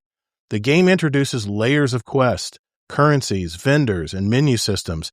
And can we mention the portal? Holy cow, the pop-ups. I mean, come on. If you have seen my new subclass, in quotes, that have looked at 100 different times, one more time, I'm not going to rage, but it sure gets me close to doing so. Nonetheless, this game creates friction, not only because the game lacks depth, but because it fails to translate that depth into something approachable. It leads to another critical question. Is Bungie's complex design philosophy a strength that rewards long-term players, or is it a barrier that prevents new players from ever coming close to reaching that point? If a player spends more time trying to understand where to go rather than to actually enjoy the gameplay, frustration inevitably sets in. In today's gaming landscape, that frustration has its consequences. Players are no longer limited to their options. They can just simply move on. So then, a game with a steep learning curve can truly thrive if players never make it past. It can never truly thrive if players never make it past the first few hours. I have certainly lost interest due to the constant frustrations with navigating menus and not knowing what to do and where to go next. Marathon isn't a game for me, and I'm okay with that. I feel this is where Marathon faces the real risk. If Bungie carries over similar UI complexity and onboarding shortcomings, it may alienate new players like me, and I'm sure thousands of others, before they ever reach the core experience of the game. If this happens, another question emerges. How much responsibility do developers have to adapt their design for new players versus expecting players to adapt to the game? In a crowded live service market, leaning too heavily on player adaptation feels increasingly outdated. Meanwhile, Arc Raiders has the opportunity to meet modern expectations head-on. Today's most successful games respect the player's time. They reduce the unnecessary friction, teach through action, and build confidence early. This approach doesn't eliminate depth, it paces it. Which brings up another important consideration. To what extent should developers simplify systems without sacrificing the complexity that keeps a long-term player engaged? Cognitive load also plays a major role here too. When too many systems are introduced too quickly, players experience mental fatigue. From what I've learned from other, quote, seasoned Destiny veterans, this has been a persistent issue and it serves as a cautionary example by Marathon. By contrast, a more gradual onboarding process like the one Arc Raiders seems to aim for allows players to build familiarity and momentum rather than feeling lost and discouraged while navigating the game. Ultimately, the success of a live service game depends on its ability to build and sustain a community. Communities don't grow if new players can't get past the front door. So the final question becomes, what matters more in the long run? A game's depth or its ability to clearly introduce that depth to new players? Marathon may well deliver incredible gameplay, as Bungie has consistently proven its strengths in that area time and time again. However, if the studio does not address its long-standing onboarding and UI challenges, it risks repeating a familiar pattern like losing players, not because the game isn't good, but because it isn't approachable. In a world where accessibility often determines longevity, the difference may be exactly why Arc Raiders ultimately comes out ahead. I want Marathon to succeed, but if Marathon succeeds, then Bungie succeeds. And if Bungie succeeds, Destiny succeeds. So I thought that was a great topic. I don't know where he gets his answer. 30 questions, or are we answering one of them? He's pretty much asking the same question. He's just phrasing it differently. Not really. Well, okay. But I have my you know me. I have my input on this. I definitely do. Go ahead, Mohawk. Go ahead. What's your comment on this first? I have very differing opinions between Arc Raiders and Marathon. If we're going to start comparing, let's hear those. it. Yeah, let's hear it. I fell in love with Arc Raiders about a month ago after my podcast host actually said, here's $40, go buy the game, come play with me. Nice. And I was like, okay. Yeah. And then I started playing with Funny. It was great. But I did do the server slam for Marathon and I was so disappointed. And that's not me comparing it to Raiders. This is me purely talking about Marathon. the new player experience for Marathon, just the tutorial itself, I felt was meant for those of higher skill and those who are, seasoned, I guess, in the gunplay of Bungie's previous titles, especially Destiny. Sure. I couldn't even get myself through the tutorial. I consider myself very low skill. I could not get past that extraction point at the very end. Okay. Because it felt like the bots were just very strong, but there was no guidance as to, hey, here's how you protect yourself. Here's how you do this. Hide behind cover. Which I get it. That's gamer sense in itself. Yeah. I don't know. Arc Raiders, it felt like a freaking warm hug. I'm very new to extraction shooters. I have really enjoyed anything and everything about Arc Raiders as of this point. Okay. And I know there are a lot of people who are really into Marathon and consider Arc Raiders a baby extraction shooter. I got after a couple community members of another community just the other day because one of the guys is just always shitting on Arc Raiders as being a baby game.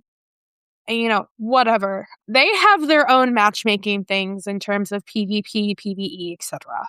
Aggression-based matchmaking, yeah. Mm-hmm. Yes. Yeah.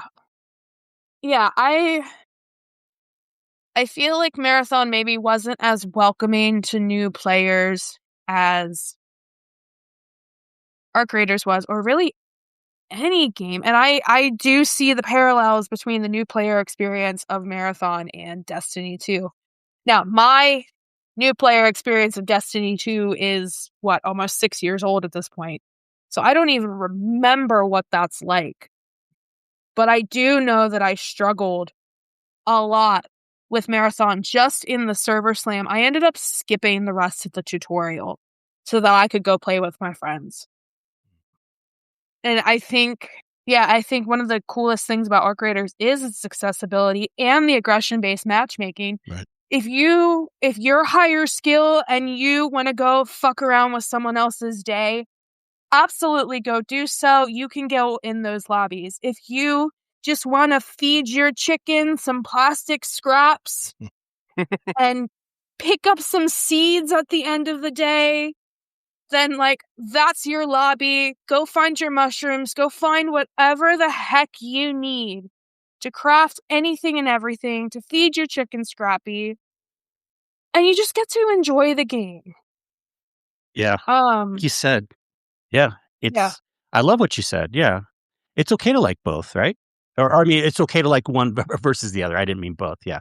Yeah. And like you said, it's that's about okay skill. It's not about new player. It really isn't, because there's new players that went into Marathon that absolutely love the game. I keep preaching to the choir. Marathon's a high skill game. Don't buy the game if you're not into a high skill game. Yeah. People weren't listening to me. They still bought the game and then started complaining about it. But Marathon is meant to be a different game, not the new player thing. You can be a new player in Arc and still get confused too. I saw Todd getting confused with menus in Arc. I was. Like, no, I mean, I'm a shooter guy. Type of game. I'm not an extraction shooter guy. It was definitely new to me. It's about the skill. It's about, and I'm not saying you're a better player if you play Marathon. No, I don't mean that like with skill. I mean what type of skill you like. Do you like to be sweaty? I don't mean sweaty, but you know what I mean? Hi, sweaty. No, Hi. I get it. Do you like to be sweaty? No, if you want to be sweaty, go play Marathon. Yes. I died on Colby. Yeah, it's a good point. Good point. Did you want to mention something, Sweaty? Speaking of sweaty. Well, I was just going to say that I understand where all perspectives are coming from, and I happen to agree with them all. Arc Raiders, I put 80 hours in that game on my first week. Look, it had a hand cannon, okay? It was called the Anvil, and I really enjoyed my time there. Yeah. But I don't know. I feel like, it was definitely a bit more welcoming in terms of the lobbying. They held your hand a lot more when you're first starting in Arc Raiders, in my opinion. But going to Marathon, it's not that even. I've personally found it harder. It was just more like there was a lot less comms being used, a lot less. Well, one of the things that make Arc Raiders so much fun is the community aspect of it. There's a lot of, hey, don't shoot, friendly. There's a lot of comms back and forth. People will be talking with each other, negotiating with each other, and then you're writing your own story. That person will turn around and go start walking away, and that person will kill them anyways. Like, there's a whole lot of, okay, so there's 3 teams. Team A is over there fighting the Ark. Let's sit over here and wait for them. And then as soon as they're done, we're going to jump them. And then Team 3 will see Team 2 doing that, know it's nefarious activity, and kill them for the hell of it and be like, yep. And they'll be caught, but they're like, nah, these people were bullying the people who were here before them. So we just took care of that. You guys can have the loot. So, and there's a lot of potential for people to kind of role play in terms of like a sheriff for Speranza holding the exfil. Like, you're coming down to the exfil, put your gun away. I'm the Speranza police. Like, there's a lot of imaginary role playing and storytelling that happens in the world, but there's none of that in Marathon. I think in all of the time I put into Marathon, I found a single friendly, and the only reason he was friendly is because he was already in a fight before he knew I was coming around the corner, and I had vocalized, hey, I see you. I just want to get past you to complete my objective. Is it okay if I pass you? He was like, yeah, totally. I'm just looting this guy. And I was like, sweet. But any other time that I've encountered somebody in Marathon, it's always been shoot on sight. So I find that there's a lot less of those opportunities to create your own role-playing narrative in the game, which is a part of what makes Arc Raiders unique. So pulling back to Marathon, it's definitely more PvP focused. And to be fair, that was the expectation that was set for that game. So, it's kind of just knowing what you signed. I did not participate in the Roblox server. I call it the Roblox server slam because it's a running joke in our community. I did not participate in the server slam for Marathon. I eventually got tired of seeing all my friends play it and me playing by myself. And I was like, you know what? I'm going to buy it just to play with my friends. And I had a great time. It was basically all the same people that I used to play Destiny 2 PvP with.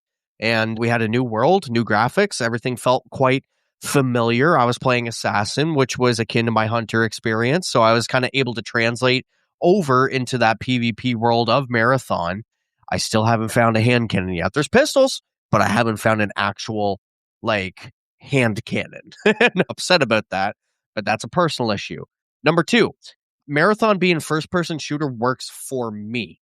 I have fun in Arc Raiders, but I really wish there was a first-person mode in Arc Raiders. Like, really, really wish there was. Like a toggle. Yes. Yeah, exactly. And I could see how maybe the toggle even could be abused, as we've seen in Destiny 2 when people are pulling out their swords to peek around corners. But honestly, who cares? Make it accessible to everybody so nobody can complain.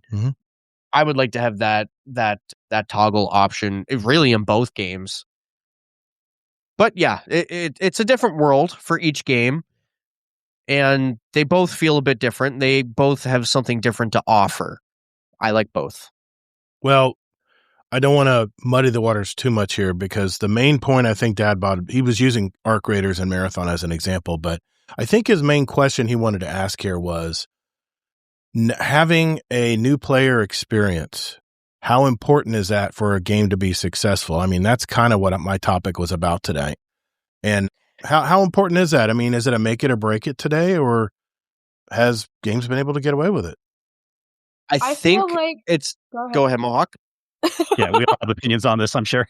I feel like if you, especially with the UI, if you don't like the way the UI is, or even how, gunplay feels in that initial tutorial, then you're probably not going to want to spend a long time on that game. I really do feel like that can be a make or break for some people. It's a make or break for me, really. As I said earlier, I did the tutorial of Division 2, realized I didn't really care for it. The biggest thing that pissed me off about that was my key bindings, because crouch and jump are 2 different buttons when they're literally swapped in 99% of other games. Yeah. I hear it's one of your favorite games, but that's my gripe about it. Even the MK snobs say play that game on controller, and I'm not an MK snob. Yeah, I feel like For me specifically, that is very much a make or break. Okay. Yeah, I can typically tell within the first like half hour of a game at this point if I'm going to like it or not. All right, go ahead, Sweaty, and then we'll let Kingsley. Kingsley's got a lot to say. I'm sure you have a lot to say, Kingsley. Did you want to finish your point, Sweaty? I want to make sure you had your chance to talk. Yeah, just right quick. While I agree with what Mohawk's saying, for me, what it comes down to is the whole gears of a video game has to be built in the end game. Mm-hmm. And the onboarding of a new player has to be kind of like a story idea, because the idea of the story is going to be introducing you to those mechanics. And as you progress through the story, it opens up the rest of the game for you. And then once you beat the story, hypothetically speaking, I know it doesn't work for all games, but the idea of the story is introducing you to the game and giving you objectives and things that you need to get done.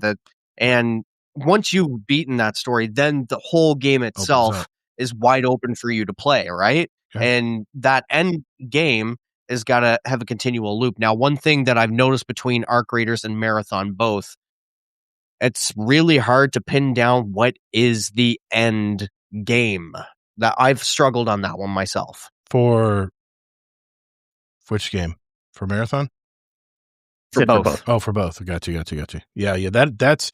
I think that's been more of a problem with Arc Raiders than it has been with Marathon. Marathon obviously is the Cryo Archive and the ranked systems they put in place now. That's kind of the end game. But with that question crossed my mind a lot with Arc Raiders. I'm like, okay, so once we understand all these maps and we collect all this stuff, what is the purpose of doing all this other than to have more stuff? Yeah, I think they have a very serious problem, especially for the players, the diehard players of Arc Raiders who are like, what do we do now? We got everything. We got the backpacks. We got all the rare gear. We got $1 million in money. What do we do now? What do we do with that? So, go ahead, Kingsley. And that goes perfectly into what I was going to say. Okay. It is way more important for the end game and to keep players than the new player experience. Yeah. Not saying you shouldn't focus on a new player experience at all, but let's put it this way. Think about it. Okay. If you don't have a good end game, then also the new players, when you're all starting a game, will still drop off because you don't have a good end game. So it really doesn't matter new player or not. It matters if you have a good end game. Also, what Mohawk was saying, I think it really goes with different personality types. I know a lot of people, including me, but I was asking people offline last night, if a menu system's frustrating, could you stop the game? Most of the people I talked to said no. There's nothing wrong with people that say a menu system will get them frustrated, but it kind of goes with the topic we've had in the past. Yeah. Can you truly judge and review a game until you put enough hours into it? Right. I think it's okay for menu systems to be a little confusing. And it's not so much, I don't mean like confusing, how to get around. Most people can figure out how to get to all the menus, but a lot of times they get confused with confusing of what things mean versus the actual menu systems navigating. Now, if navigating the menu systems is confusing, that's bad. But if not understanding what all the things are in the menu, that's okay. You're not supposed to understand all that for a while. You got to keep playing the game, be patient with it. If that's not your style, that's totally fine. Then maybe you aren't the type of person that should break out to new games. Yeah. Again, I'm not saying they shouldn't do something to make it. You don't want to just drop people in with no information, but usually these games will have certain things like, well, here's the beginning of the skill tree. Click on this first. It's okay if you don't know what it means yet. You'll eventually figure it out, or something will tell you. And so that's why I think the end game is way more important than the new player experience. And we've seen this with games like Crimson Desert also, in games where people were a little confused at first, but reviews actually went up over time. It got more favorable once they put more hours into the game. Right. So again, it's way more important the end game of a game than the beginning, and knowing what game you're getting into. I guarantee most people that don't like Marathon, it's because of the skill. Okay. Because of the skill. It wasn't a game that's for them. Okay. It's even if they made the menu system beautiful and everything, we are still going to be having people saying that they don't like the game because it's a sweaty, complicated game. It's definitely a niche game. And that's one thing that goes against Bungie here. But here's my take on this. When I read this actually statement of several questions, I kind of put my thoughts together on this. I kind of thought about it for a few days before I actually wrote something down. First, I agreed with something you said in last week's show, Mike. And I know somebody clipped that. And that was the gaming industry. Things you say too. I know. The gaming talking back and forth. the gaming industry is due for a correction this year. I think it really will. And as I think about this more and more, and also combining the facts that live service games that have been released in the last few years have really struggled out of the gate. I would say Helldivers and Arc Raiders being the exceptions, of course. I think you might be onto something here, Kingsley. I think developer budgets are going to shrink. I think they're going to squeeze them a little bit more. I think more devs are going to be laid off over the year as publishers are kind of cutting bait and taking their losses like Sony did with Concord. And the jury's still out with Marathon, even though Bungie tweeted this last week that they're supporting Marathon for the long haul. That's final words that every studio that's gone under has always said. I'm seeing this in the movie industry as well. So many remakes and sequels versus something totally new. Movie studios are like gaming studios, or there were like gaming studios and gaming publishers out there. They're beginning to lean on those franchises that they know will bring in the money. We just saw the sequel of Ready or Not, and how it was such a letdown because the first movie was so funny and gory all at the same time. It was a very unique movie. That as we were just sitting there watching it last week, the magic was gone. But the studio did get me to buy the ticket on the face value of the movie title alone, so they won in that respect. But if there's a Ready or Not 3, I'm probably not going to buy the ticket because I've already been burnt and I've lost that trust. That trust is so important. Second, I think the fact that it took me over 4 hours of gameplay to understand what Marathon was all about and to learn some of the systems and place for the game was a bit excessive. I understand this game is supposed to be more hardcore and as a shooter, but I wonder how many players jumped into that server slam before the game actually launched to only get frustrated and just move on. Bungie does not. You would want less than 4 hours? 4 hours is, I think me and Rodimus talked about this on stream. A lot of games say 10 to 20 hours. Yeah. You should. Well, play, if you like the game. God. No, 4 hours for me just to grasp what I'm trying to do. Not the full systems and stuff, not the end game and stuff. I'm just talking about just grasping what the hell am I doing? It took me a good 4 hours of gameplay to get into that and understand, okay, this is the loop. Okay, got it. Bungie does not have a great track record with helping new players jump right into the action and start to see the possibilities of what this game can be, whether in the Destiny franchise or even Marathon. I wonder if this contributed to its shrinking player base, that lack of new blood that became fans of the game. And we see how many new players come into our community wanting to know more about Destiny. As I am trying new games every month now, I'm better able to experience how different studios help guide new players along and even help them through their first experience. So far, Arc Raiders was much more inviting as a game of the month in February, and I'm going to continue to go back and experience more of the game as I learn the maps, so I understand, how to craft and buy and even fight different AI enemies in the game. I'm not there yet. I just don't have the time yet. I think that's made me like Arc Raiders more than Marathon right now, because even though I prefer a first-person shooter game more than a third-person perspective, but I think as gamers today, we have so many more options on what to play. And if I'm trying to learn a new game and it gets too frustrating, some of us may just go back to our black hole games like Call of Duty was for me, or Destiny 2. I think familiarity is big as we tend to stick to games we know very well. And maybe try other games less frequently, especially if we've had a bad experience trying a new game. I think another factor is the gaming player base is aging. And we're becoming working moms and dads, we have less time to devote to learning new games or controls. And some of us just go right back to our comfort games. But if a studio at that point, right? Go ahead. That point right there just kind of lends itself to what a small point I wanted to make that. Mm-hmm. In order to get to the end game, in my personal opinion, I don't think it should be a prerequisite to play hundreds of hours of a game in order to access the end game. I think that's where I got things to say. People are kind of yeah. So I'll just leave it at that. I totally get where you're coming from. It says hundreds of hours for end game. Yeah. You want probably 10 to 20 hours for end game for most games. Yeah. Remember Destiny when we started Destiny 1? It was confusing. Yes. Yet people stuck with it. So, what's different about that? So it can be done. I just want to make sure you're not saying we, like we all don't like that. Only some No, people I'm don't like that. I'm speaking generally as gamers here. Not these are my words, but they're also. Yeah, but I'm speaking generally as a gaming community. I mean, as we become working moms and dads, we have less time to learn new games and stuff. And I think it's why a lot of us kind of, conglomerate. It's a personality thing. It could be that too. It could be that too. But that's why a lot of us, jump into certain communities and kind of stick around. I mean, if a studio was really able to demonstrate how badass their game could be and somewhat guide the new player in their first encounter, then I think it does have an impact on the success of a franchise, especially today when there's so much more competition out there. Think about it. Why do we play the same games with friends over time? I think one factor could be just... You're using we. Well, I just think one factor could be... People play the same. Quit getting technical on my ass. One factor could be... one factor could be the ease of just jumping in to socialize and not having to worry about messing up or learning new controls. Just sit back, crack a beer, and play. I mean, these are games that you've learned to know how to play. That's a totally fine thing, yeah. The risk, the competition to draw gamers from their comfortable games and communities is getting tougher and tougher. So I think studios need to take that into account. They need to make that transition into a new game that they're not used to playing, especially for your new franchise.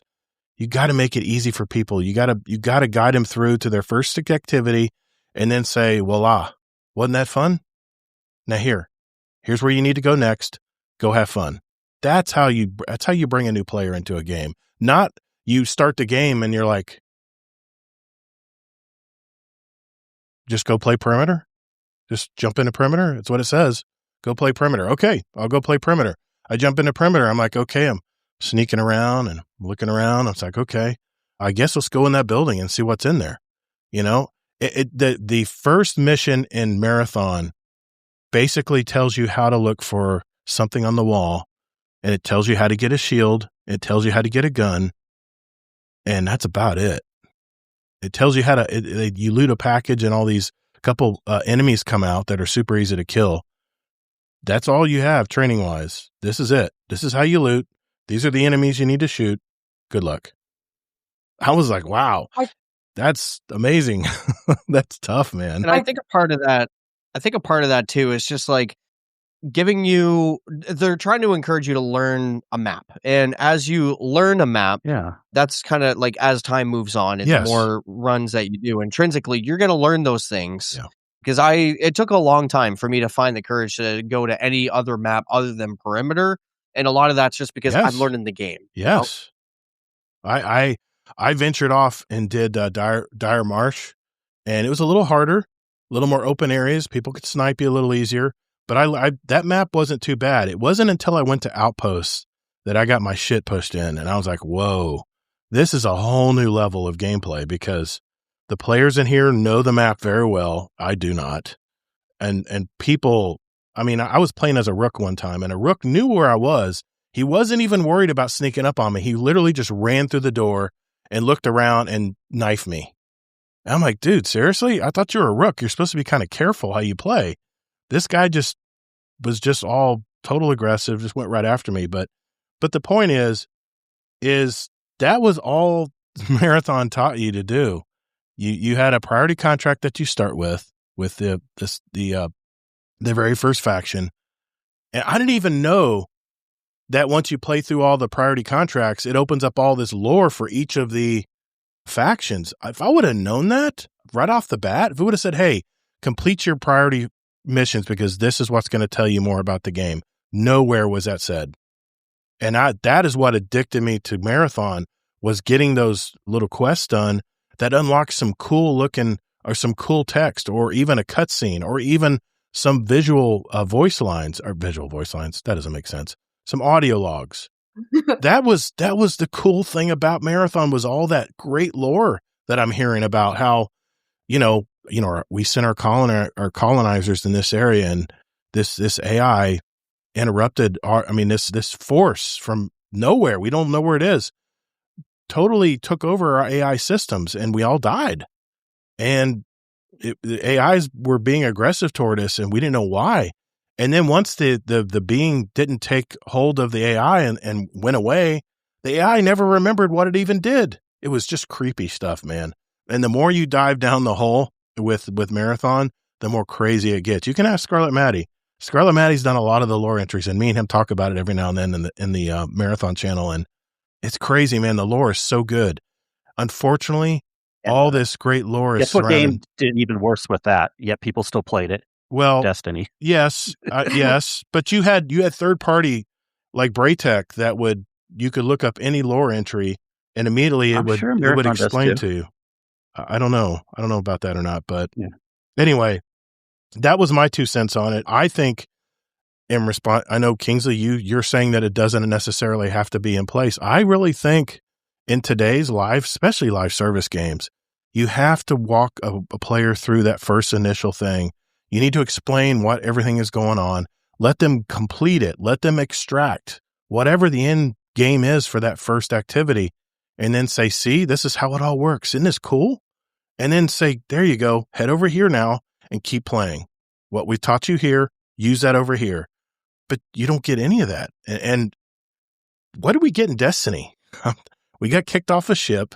We hobbled into the EAZ, not EAZ, the Russian part of Earth, EDZ.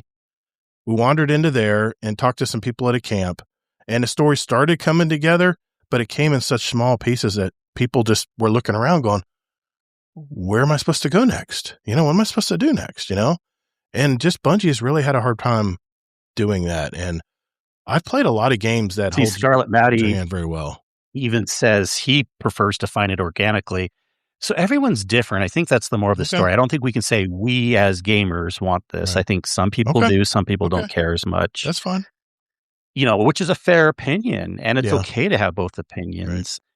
But I think the statistics show from marketing, it's more important to focus on end game. You have that new player. Yes. You have to pick one over the other. I mean, like I said, I think that's the Achilles heel right now for Arc Raiders is the fact that the longtime hardcore players of this game, what is the end game? What do we do? And it's the problem with even Destiny right now. There's not enough content coming out. And it's the problem with, because let's say a new player comes into Destiny right now, right? And they'll be excited for a while, but then they'll still have the same problem eventually that we're all having with end game stuff. Well, that's aside from the fact that people like to play in groups and raids and everything. But I mean, just like the amount of content that's there. Doesn't matter if you were a new player like we were starting Destiny at the beginning, or you're a new player today. The end game is the way more important thing to focus on than the menu systems. There is an API on the website. Okay, thank you, Scarlet. I didn't know that. Would have been nice. Someone told me about it. Anyway, shout out to Dadbot. So be honest, be 100% honest. If the onboarding made you feel a little bit happier about your life and held your hand and you got a successful extraction, but then after that, you're back in the regular game and it's still a sweaty, hardcore game. Right. Wouldn't you still not like it because it's a sweaty, hardcore game? Well, my review of Marathon, down the road 5 minutes. My review of Marathon is next, and I will answer that question. All right. Thank you, Dadbot Hero. Shout out to you, buddy. My review of Marathon, my game of the month for March, is next. Hey, Guardian, our show runs on Duncan. I mean, it's supported by our community. And by that, I mean our Patreon community. We're nearly 100 strong now. And if you want to join an awesome group of people and get the benefits like a private channel with myself and Kingsley Mac and all of our other Patreon members out there, not to mention special badges in our Discord community, years of behind the scenes, special audio and video episodes just for our patrons, and it's really simple. Just go to GuardianDowCast.com and hit that Patreon button to find out more. You can also join us for free, so what do you got to lose? If you've received any value from the show today, keep those corporate sponsors out of our podcast by simply joining our awesome community at patreon.com/support GuardianDowCast. Later, Guardians. Okay, for next part of our show, I wanted to give you a partial review of my experience playing Marathon. I've played it for probably 25 hours now. I'm at level 18, I think. I have played mostly solo because that's my style of play. And again, it's my personality. I like to jump into things and figure things out by myself sometimes. But I have played with triples. I have played with doubles. And I've had a lot of fun doing that as well. I've had experience doing that as well. I think Bungie put a lot of love and attention into the lore, the voice lines, how unique it is to learn all the factions, what they're trying to do, how they're trying to extract these resources from Tau Ceti, and also what went wrong with their teams that, initially landed there long ago. I get a lot of similar vibes with this game to what Trials of Osiris was when it first came to Destiny. It was very sweaty, and only the very best PvP teams would make it to the final area, which was the Lighthouse, or the final boss area, which is the Cryoactive map. That's the end game in Marathon. The loot grind, the gear, completing the priority contracts really is what incentivized me to jump in and, I guess, quote, rat in those solo matches. But here's the thing. It kind of occurred to me last week that if I play the same amount I do every week solo, that it would take me about 100 to 200 hours of actual gameplay to reach that end game and get all that nice gold and purple loot. And there lies the problem. By the time that I invest those hours into this game, this refresh will be activated, and I'll have to unlock all of my faction upgrades and all of my accumulated gear all over again. I won't have to do the priority contracts again, but if I do make it to the end game and I get all these killer loadouts, how long will I actually get to enjoy the fruits of my labor? I'm guessing not too much time. Kingsley, you always have talked about how our personality types kind of tie into our gaming habits. I think you had a quiz a long time ago that we could all take, which was really cool, by the way. And what I realize is that for the most part, I enjoy solo content. I can be very sociable. I love playing Iron Banner when it's coming around on the 14th with a big group. Our Saturday night raids, they're a treat to me. But as an introvert, I kind of need to recharge, especially also while creating content, which takes a lot of my time as well. I love to be able to jump into a game and, quote, work on something, whether it's to add to my player's strengths or to progress a story. This is why I love Destiny so much. Little by little, I would work towards a small goal. That way, when I felt that I had fun, but I also felt like I accomplished something in my hobby. This was my hobby game. The biggest difference and why Trials was such a success for the Destiny game is that when you watch the elite players compete in Trials on the weekends on Twitch or whatever, YouTube, you had this long-term goal to go back into the main game and get better gear, and also to practice in the Crucible to get better, learn the maps, learn about how cover works, learn how the guns fire. You had the benefit of time to get ready for that eventual dive into Trials. Same for raids and dungeons, Kingsley. As a newer player, we played the regular activities in order to get the better builds, unlock all of our subclasses, get that loot, so that when you were equipped, you could jump into that big raid at the end. This was the carrot that fueled Trials and raids and dungeons for players learning their way through the game. It is what players inspired to be or play. Right now, we're trying to learn Salvation's Edge raid. Can you imagine talking it out, trying to learn the mechanics, only for a rogue fire team to come into the area and wipe everybody? That's what I imagine the feeling would be as you're finally trying to get access to that Cryo Archive in that final boss room. That is if you ever put enough time into getting that opportunity. I feel that Marathon is based on major FOMO. And as I hate timers in any activity, I feel the entire game is one big timer. So to wrap up my review, I think that Bungie created a very interesting world of Marathon. I love this art style, but I'm afraid to say this. It's just not a game for me. I got very bored just sitting in corners, ratting it out and waiting for other solos to make a mistake. The gunplay is amazing. Bungie knows what they're doing very well when it comes to this. But I'm all about progression. And with the seasonal wipes, I don't see this game doing it for me. I may jump into trios every so often with friends, but for the most part, I'm moving on to another game. As for the extraction shooters, it's probably going to be Arc Raiders because I can do what I mentioned earlier without the worry of any of these seasonal wipes. Here's the unique problem I see with Marathon. They need to do these seasonal resets and wipes because this is the ultimate game of skill creep. Without a reset, The game just keeps getting sweatier and sweatier. No offense, Sweaty. Destiny could alleviate this. They could alleviate this somewhat. Destiny could by doing sandbox changes and adding new content. I don't know what Marathon could do here. I am really worried about Marathon as you look at the Steam charts, and I know we're all tired of talking about Steam numbers, but if you look at the chart, and I'm gonna show it here. No, because you even said last week we don't know until 6 months down the road, so you don't get to use that now against it. No, just hear me out. Yeah, this is the overall since it was launched. What do you see here? I see a slow, but very gradual decline of players on this game, and I think the reason of that is same on Arc Raiders. But I think the reason. Oh, and Arc Raiders still has hundreds of thousands of players, though. It's a different scale altogether. But yes, you're right. The end game, that's a problem. And you got people that are getting bored and leaving the game. But man, I'm only like 8 hours, 10 hours, maybe with a tournament. I got 12, 13 hours maybe in Arc Raiders. I got so much stuff to discover still in that game.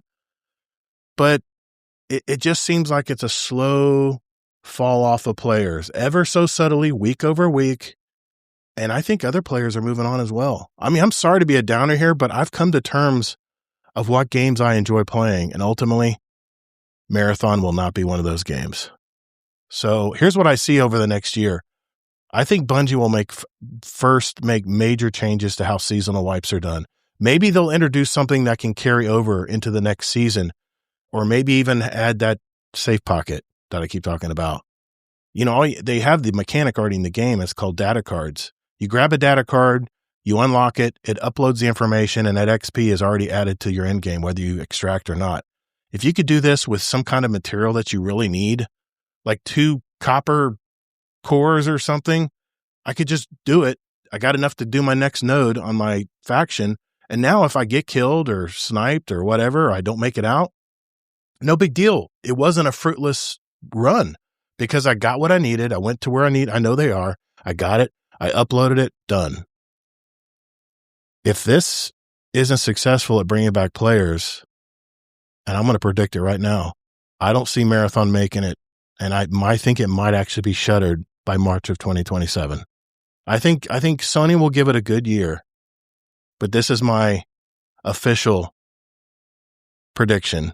I think Marathon will be shuttered by 2027 of when it was released. So 2 questions. How come you haven't said that about Destiny? Destiny's had a way bigger drop than Marathon. You're not saying Destiny's going to be shuttered. Destiny's not out of the woods. You want to know? Okay. And then the other. Go ahead. Yeah. So do you think Destiny might be shuttered by 2027? I think, man, I hate to say this. I think Bungie needs to shutter Destiny 2. They need to give Destiny at least you're being fair about it. Yeah. No, I think Destiny needs to cool. Yeah. I think what they need to do though, if Sony is smart here, do what the movie studios are doing right now. Come out with a Destiny 3. Because that is what is going to sell games, is that name, Destiny 3. Marathon, I think what was against Marathon from the beginning is it's such a niche game. And if you're not a sweaty PvP player, it's just like Trials of Osiris. How many people play that every weekend? It's a fraction, 1% of the player base usually. I think that's what's going on with Marathon right now. I'm sorry to all my friends who love this game. I'm not trying to shit it on. I really am not. I've just come to terms with it that I'm just not going to be able to put the time in by the time they do these seasonal wipes. But I think that they have to do these seasonal wipes because can you imagine the skill creep?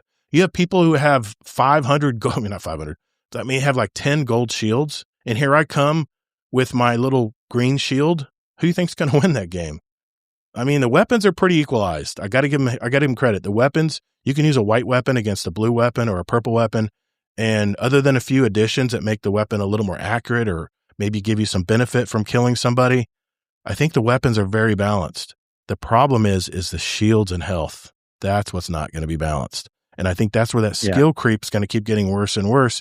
And they're going to shit on players. They're going to go to perimeter because they don't want to play the sweaty stuff all the time. They're going to go play in the public, just like Trials players would jump into control matches in the Crucible and dump on people.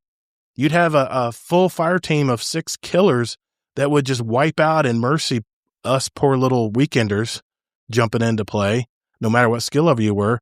And you feel like, well, that was a waste of time. But that's what I think is going to happen with Marathon. It's just the way PvP is, man. I just don't know. I don't know. Anybody?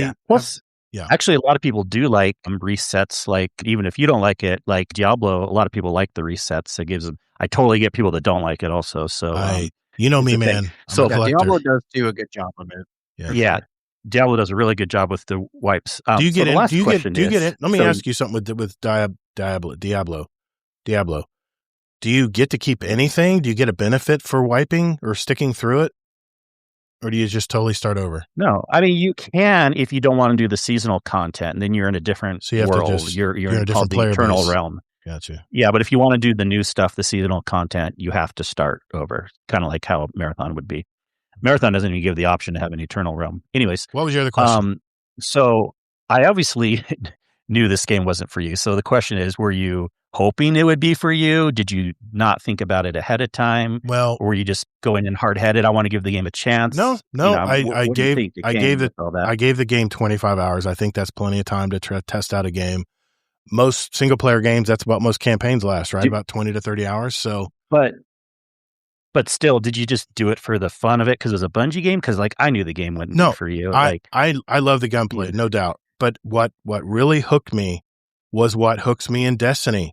It's completing quests, completing bounties, accumulating currencies, accumulating all these materials so I can upgrade the nodes on each of the factions. But when that all gets wiped, after all the time I built up putting into it, the problem is this game is not for people. This game is so much FOMO. If you're not there playing every day religiously, you are going to be left behind. And that's what I'm saying. This is what I noticed. Did you know that before going into it? I did not think it would be. I just didn't. It's all new to me, man. Extraction shooters are pretty new to me. And I figured, you know what? Let's get the priority contracts done. I want to learn all the lore of this game. And then, I'll get all those done. And then I'll have all these cool weapons and stuff eventually. And then maybe even I'll be able to go to the Cryo Archive. I'm kidding myself, man. You're definitely not going to do it solo. Solo is a totally different game in Marathon. Playing with a group, I was so casual, so not worried about getting shot at because I had buddies who could cover my back. But when you're playing solo, you're on pins and needles. Like you said, it was like a horror game. You're on pins and needles walking around the map as quiet as you can, It's crazy. What's up, K-Mars? Yeah.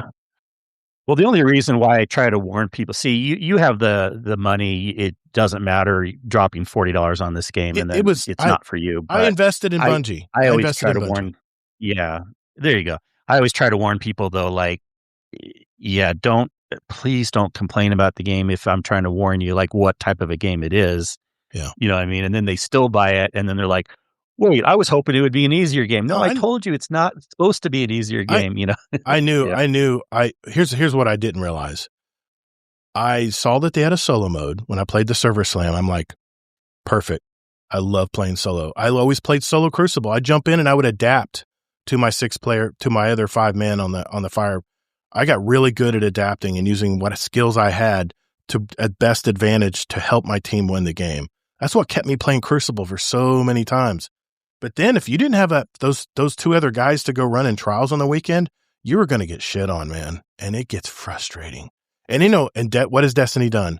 They've made it where you get participation trophies now. All you have to do is play. Just come play our game, man. Just play trials and we'll give you shit after every match. Win, lose, or draw. You'll get stuff. And they've made cards easier. Flawless is easier to get. All you have to do is get 7 wins, no matter how you get them. You play all weekend and you get 7 wins, you're going to the lighthouse, buddy. I just think they're going to have to do this with Marathon. The problem is it doesn't fit this type of game. And they don't want to do it. And that's okay if they want to keep the game a certain way. They're going to have to bend eventually. I mean, so Joe Ziegler's already talking about making changes. I don't know if he's doing the prison pocket. I don't know. He mentioned it was a secret for solo players who get downed. I don't know what that means. So anyway, I try not to be a downer on this game. I gave it a fair shot. I think if they eliminated, I tell you what, if they eliminated the seasonal wipes tomorrow, I would probably still jump in and start building up stuff if I knew that it wasn't going to go away. That's probably why I'll never play Diablo. But then they because would lose no all the wipes. people that do like the idea of the wipes. So it's a tough situation. They're in a tough spot right now. And I know. They made the game for hardcores. They definitely did. I hear you, Scott. I hear you, Scarlett. I know, man. Joe Ziegler cares about the game. Hopefully him and the team can carry it. Updates have been quick, so hopefully they can keep it doing good work. They have to be quick, Scarlett, because they're bleeding players little by little. They're bleeding players. They have to make changes. They're just grasping at straws right now. They're throwing anything out there, and they're throwing something out there, and then they're looking to see, did that make a difference? Did it bring people back? No. Okay, what else can we do, guys? I have a feeling that's what's going on right now in Marathon headquarters. And, Sony's looking through the window. They're in the big studio. They're looking out on the window at all these guys scrambling around in the shop floor below. They're looking around going, they look pretty panicky down there. I don't know. Maybe we should just pull the plug now. It's just kind of what I envision. Sorry, that's a little dramatic. I love being dramatic if you haven't figured that out yet. I don't think they'll pull the plug now when they did say they have a multi-year They'll give it till plan. March. They'll give it till March. And I think finally they'll pull the plug. Yeah, a year would be the minimum, I think. And if they're going to pull the plug, it would have to be a year. That would give it a fair shot. I'm not saying they're not going to do that. Yeah, I think I think there's a 50-50 chance they actually would. Because here's the thing. Even though I'm standing up for they're making the game they want to make, right. They also have to realize that they're getting less people with making this a more hardcore game. I'm not saying they shouldn't have made an easier game. I'm saying they wanted to make this game. Yeah. And if you want to make a game that's hardcore, you have to be okay with having less people liking it. Yeah. And it is what it is. Mm-hmm. So, well, I don't know. I mean, we said this 5 years ago when we first heard about Marathon, or at least I did. I was like, I don't know that they should be making this game. I actually said that if you go back and listen on the podcast. Believe me, dude. We played the closed alpha and we're like, this just, I don't know, man. With that being said, the fact that they want to make this game and they want to keep it hardcore, it's fine to stand up with that. Now, of course, money is always an issue, They're already in the red still. Like people that want to have a club and only let certain people in. Mm-hmm. Oh, you should let more people in. It's okay to not be okay with that idea. You know what I mean? Like if you want to have a certain type of game or a certain type of club or thing like that. So, well, Mohawk, you had your finger up. I want to make sure. Did you have something you want to mention or? Yeah, I mean, I really did enjoy Marathon when I played it in the Server Slam. Mm-hmm. Yeah. And I remember watching YouTube videos and it popped up as a trailer. It's gorgeous. It really is such a beautifully looking game. Yeah. But it's not a game that I have the skill set for. Understandable. But the thing I was shaking my finger to was Croc saying, wait until the end of Sony's fiscal year for 2026, and you'll see a huge change in what happens in the game, good or bad. Right. Yeah, that's what it's going to come Destiny too. Yeah. Mm-hmm. Destiny also. Yeah. Sweaty, you've been quiet over there. What do you think of all this, man? What do you think? It's a lot to take in. Yeah. I think it's just a game that fits different personality types. I think Kingsley was right whenever he mentioned that. I do feel like this game is more geared towards the PvP player. I can't say that I enjoy the idea of losing all my stuff at the end of every season, but I can also appreciate that it would mitigate skill creep or, power creep, I guess, is what I'm looking for there. Yeah. I'm having a hard time really putting any eggs into any one basket, because what I am noticing in the present is they're very responsive to feedback right now. They're very well. Mm-hmm. And who knows how it's going to turn out? Who knows what direction they're going to take? I think it's just going to be one of those games, personally speaking, where it's just one foot in front of the other. For the moment being, I don't have a ton of hours in the game yet. I just enjoy going in there, messing with other people.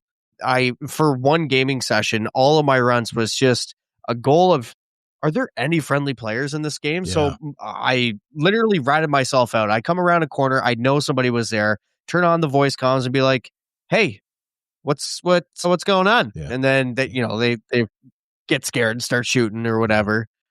So for myself personally, I'm just having fun with the game as it is. I'm not really aspiring to get into the end game or crypto archive or whatever it's called at the moment, because I recognize that only being level 30, I'm going to have to invest a lot more time in order to expand my vault space, in order to get better tiered loot, so that way I can venture into the harder difficulty areas. Like, it's just going to be a big time suck. And rather than stressing about it, I'm just going to enjoy it for what it is at the moment. I mean, I enjoy jumping in there, playing the PvP aspect, especially free kit. Because whenever you go in free kit, you have nothing to lose but everything to gain. So I have a lot of fun that way. But again, I'm tempering my own expectations. I'm not going to set... There's a reason I didn't play the Server Slam. I didn't play the Server Slam. I didn't follow the news about it. I didn't watch anybody's reviews on it. I had zero expectations going in. So I had nothing really to lose other than maybe the few dollars that I paid for it. But it was a good price point, about the same price as Helldivers. Yeah. So here on out, it's just like, how do I enjoy playing this game? Right. Don't aspire to much and just see where it goes from there. That's fair. really all I'm doing with it. That's fair, man. And I mean, I think if you play with a group, your levels go way faster. You actually complete, if your teammates complete contracts, you get credit for that. So, I mean, you're exponentially, I think if you play with a group, you got friends that like to play it, I think you can have a good time. But if you're playing solo, it is hell. It is just a slog. And I'm tired of, sorry, Scarlett, I don't like that rat life. I'm not a rat. I just can't do the rat life, man. I can't be the rat. I can't do it. I get my ADHD kicks in. I have to start moving, man. I need to start checking out some other areas. So anyway, I'll leave it at that. Because I know we're running late. I want to make sure we catch up and see what's going on in everybody's lives here before we check out for tonight, right after this. Hey, Guardians, if you would like to ask us a question for the show, head over to guardiandowncast.com to send us a voicemail or email us with your question. However, the best way to send us a question is to write it out in our podcast questions channel in our Discord community. You can access it on the Discord app on your phone or on the web. It's discord.gg/GuardianDowncast. Don't think about it. Just do it. Do it right now. The links are in our show notes. Later, Guardians.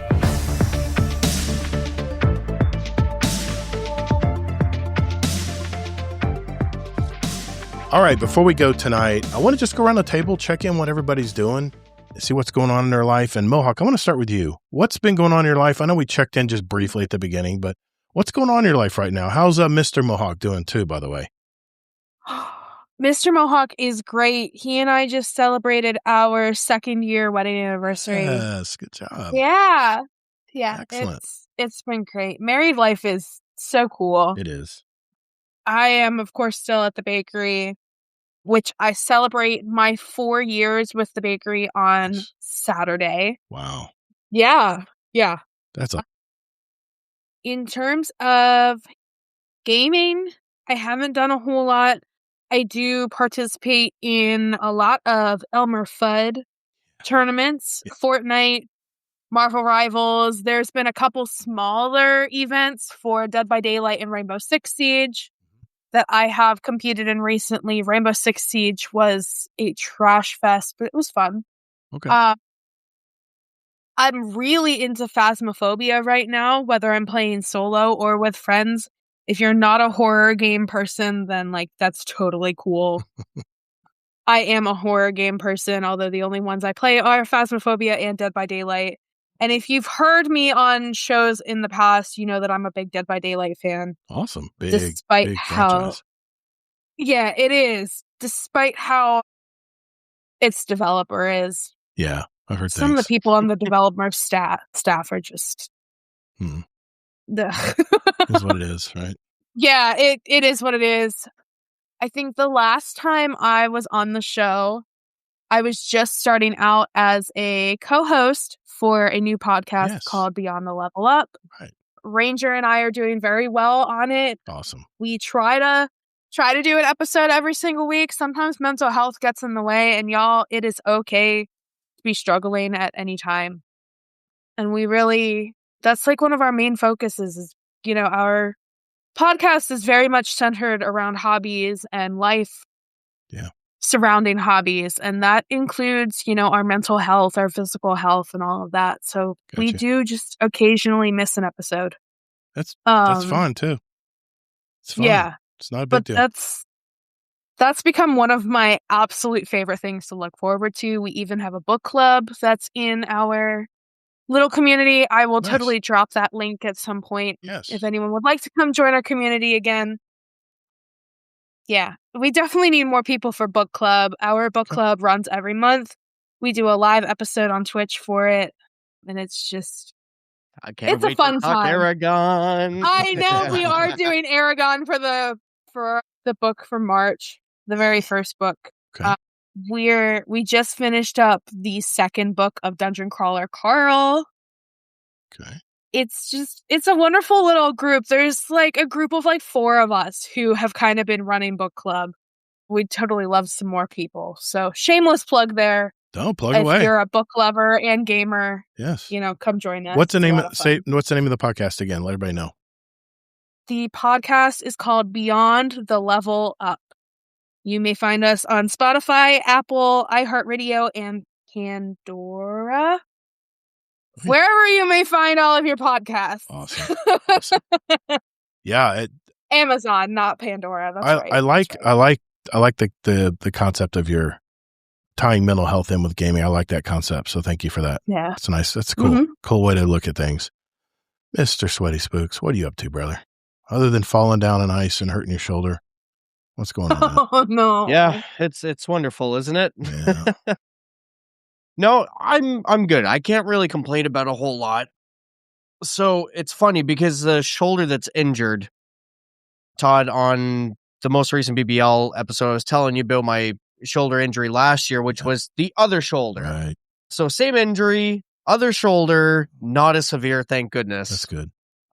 But what I was telling Todd in the previous episode of BBL was I was laid up for a long time due to a pretty severe shoulder injury. And I started back in jiu-jitsu, started worrying about making sure I'm eating the right stuff. I'm training, and as a byproduct of training martial arts, my mental palate is a lot cleaner. I'm trying to rewire my brain from a lifetime of self-destructive habits and remove that, earn some respect for myself as a person, as an individual. Because while a lot of people understand the idea of a bully in the sense that they're harsh on other people, I never had that problem. I was always harsh on myself. So I'm trying to rewire my brain to not do that anymore and to have some self-respect for just myself. That being said, though, that's just a part of it. Everything's going pretty good at home right now. The only downside for at the moment, wife's not feeling very good right now. She's sick as a dog, and the little one's just getting over it. Wife, of course, got sick from the little one, so they're recovering. But, that aside, we just bought our first meat box from the local butcher shop, which is I've never done this before. I've never gone and bought locally sourced meats from a butcher. It's always just been grocery meats. Mm-hmm. So tasting like real prime rib steak from the local butcher shop compared to like the cheap, really bad grocery steaks has been a night and day difference. Nice. I have 15 months clean of cannabis. Awesome. That's after 15 years of daily use. So now that it's April, it's 16 months. Awesome, dude. I'm proud of you, man. So we're eating clean. We're eating good. Oh, yeah. Keeping a good mental palate, earning self-respect, taking care of the family, holding down the fort. And we got a new rig as well. The old car was falling apart and cost more to keep it on the road than we paid to buy it. Right. So we got rid of it and we got a brand spanking new SUV over, I guess it would have been the summer just past. And that is a really big stress relief for us as a family. Definitely. We're able to travel to see my brother-in-law who lives 2 provinces over. And we were never able to do that with our old vehicle. So it's been a slow, gradual crawl of improvement. And, sometimes like right now with my injury, there's a couple of steps back, but the difference this time is I'm not looking at myself as, well, I'm worthless. Why do I even try? I give up. Like, I'm not doing that negative self-talking stuff anymore. It's good. Just recognizing we're all human. We all make mistakes. Yep. You're going to have setbacks in life. But what's important is you get back on the bandwagon. You try to keep, as best you can, a positive attitude. And when you're not straight, you find your person. And, you come clean to them with whatever it is that's plaguing your mind. They hold you accountable and you move forward. And that's all it is. So things are good. Things are good. Absolutely, man. That's good to hear, man. I'm glad you have that mindset. That's really important. That's a spiral you can definitely go down, and it's not always good. It's not always good. I mean, I've been in business 32 years, and man, we have had our ups and downs. But yeah, you have your eye on the prize. You never look down. You just keep pushing forward, man. That's all you can do. Yeah, that way you never get stuck. You're always moving forward. Mr. Kingsley Mack. I think my biggest lesson. Sorry. Just to close out, sorry. Yeah. My biggest lesson over all of this is to give yourself some grace. Absolutely. That's really it. We're our most hardened critic is ourselves. And sometimes we just need to give ourselves a break, It's important. Mr. Kingsley Mack, what you up to this week, man? Anything new? Yeah, I love what everyone's saying. I actually want to I won't take a lot of time. I want to spend more time just going off what everyone's saying more than what I've been up to. But Mohawk, love everything you're saying about, mental health and the podcast. And I'm definitely interested in checking out this book club potentially because a variety of stuff too. And I've been enjoying gaming, but I could see potentially wanting to get into another group. So I'll check that out for sure. Seems like a fun thing. It's always fun having you on the show.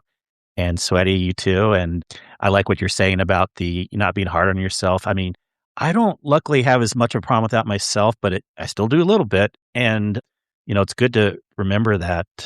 I also love what you said about the locally sourced meat and stuff. Once you taste the good stuff, it's easy to become a snob and not want the other stuff, right? Oh man, local vegetable. I just got myself called a garden. It's a hydroponic indoor garden thing. And boy, holy cow, the mostly a lot of leafy greens so far, but also have some celery and some other things on there. Tastes a million times better than the stuff, you get at the store. So, and obviously too, with you having local bakery stuff, Mohawk, that would be, I would love to try that sometime if I ever have the opportunity versus the shit that you get at the stores. My wife and I, there's a vegan bakery at Disney Springs. We always try to get one of those cream cookies they make. Oh my God, they're so good.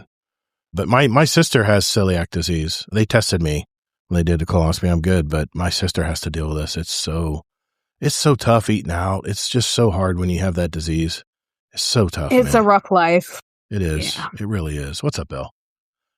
What's going on, man? But other than that, just real quick, I've been enjoying Diablo, of course. I'm looking forward to the seasonal reset coming up, so I can try the new Warlock character coming out. Division just started their new Year 8 Season 1 update today, and so far it's looking really fun. Looking forward to hopping in with some friends here, maybe tomorrow night or soon. And Destiny, too. I'll always leave the raid talk to you, Todd, but I've also been enjoying a little bit. I mean, I'm only putting half an hour here and there into it before I get bored, but it's fun doing the boss rush activities because they bring back these things that you haven't done for a long time. Right. So like I said, to me, that's as close as I can get to newer content because it almost seems new because you're like, oh, I haven't done this forever. And doing it on a harder mode at least gives you a challenge to try something else out. I'm Bright Dust, but I have tons of fun games. Yeah. Yeah, I always have tons of fun games I'm into. Yeah. But yeah, the Diablo and the Division are my main ones, right? Oh, and Crimson Desert. I keep saying Desert Crimson, but Crimson Desert. Oh, I'm playing that right now. Be confused with that game, Todd. Hopefully you don't give it up. It's fun. It looks really good. I'm excited. And you said I can gather stuff and gather resources, so I'm in, man. Yeah, I'm looking forward to jumping in for a long time, and that's okay. You're supposed to just be more open-ended with this game. No. Don't worry about trying to figure out everything right away. No, just go in, just be chill about it. I can't. Don't worry about the menus. Don't worry about things. Just give it a lot of time, and hopefully you'll like it. I've heard so many good things about the patches they put in, so I'm looking forward to seeing what's changed or how they've improved things. You said that you're already moving faster now, so that's a good thing. So, yeah, good deal, man. Let's see. For me, I'll make it quick here. My wife and I saw 2 movies this week at the theaters. As I mentioned earlier in my monologue, we saw Ready or Not 2, Here I Come. It's a continuation right where the first film left off. My wife and I really enjoyed the first one. It was a mix of blood and guts and comedy and all that good stuff. The story felt serious as the main character is finding out she married into this demonic family that supposedly are devil worshippers and they rule the world and whatever. And you're rooting for her to get revenge. But in this sequel, it just didn't feel the same. It just felt very much the same thing and nothing new, no new twist or anything. Just kind of got boring. The characters aren't as believable, very predictable. Rotten Tomatoes gave it a 74%, IMDb a 7. I disagree on this one. I gave it 2.5 stars. It was just not great. So maybe a cheap Netflix night, movie to stream. The second film we watched was a new documentary out. It's the same director who made the doc Navalny. It's a film called The AI Doc, or How I Became an Apocalyptimist. If you figure out what that word means, you'll understand. What? An apocalyptimist. Yeah. It was like that word, apocalyptimist. Yes. It was a term he made up in the movie, and you'll see why he makes it up. It's a little over an hour and a half. The director interviewed various people in the AI industry, including the CEOs themselves of all big 4 companies. It, of course, starts out with the dark side of AI, and then it balances things out with more optimistic things that AI can do and how we can become superhumans and all that, and how our lives will totally change. It'll be a Destiny era where it'll be the golden age, right? We'll ascend. But it didn't really answer the question, are we doomed? But it balances both sides of the argument, and then it asks us to get involved to keep AI in check. And I thought it was good. It was entertaining. Because we had done so much research, Kingsley, on our past show on AI, on our AI episode, I felt like I knew a lot of this stuff already, but my wife hadn't, of course, heard all this stuff. And it was good to get a refresher on it and to actually hear the actual CEOs themselves put it on the record, what they think. And there were some really tough questions posed to them, so it was really nice. Rotten Tomatoes gave it an 87%, IMDb a 7.1. I thought it was good. 3.5 stars from me. I did, of course, play some marathon last week, ratting it, playing solo, and we all know how that turned out. Shout out to my raid group, where we ran more Salvation's Edge raid this past Saturday. We got to the final encounter. Shout out to Allocate, Running Red Lion, Sin, Bob, Zombie Pops, and, of course, Mr. Kingsley Mac for hanging out last Saturday. I did stream it live if you want to watch the replay on it. This week, we're actually going to start with the last encounter where we're fighting the Witness and then run the beginning, loop back around and play the beginning again. Hopefully that exotic will drop for me. When I beat the Witness, it's only my second time through. It'll be my second completion if we do get it done. But that's it for me this week, guys.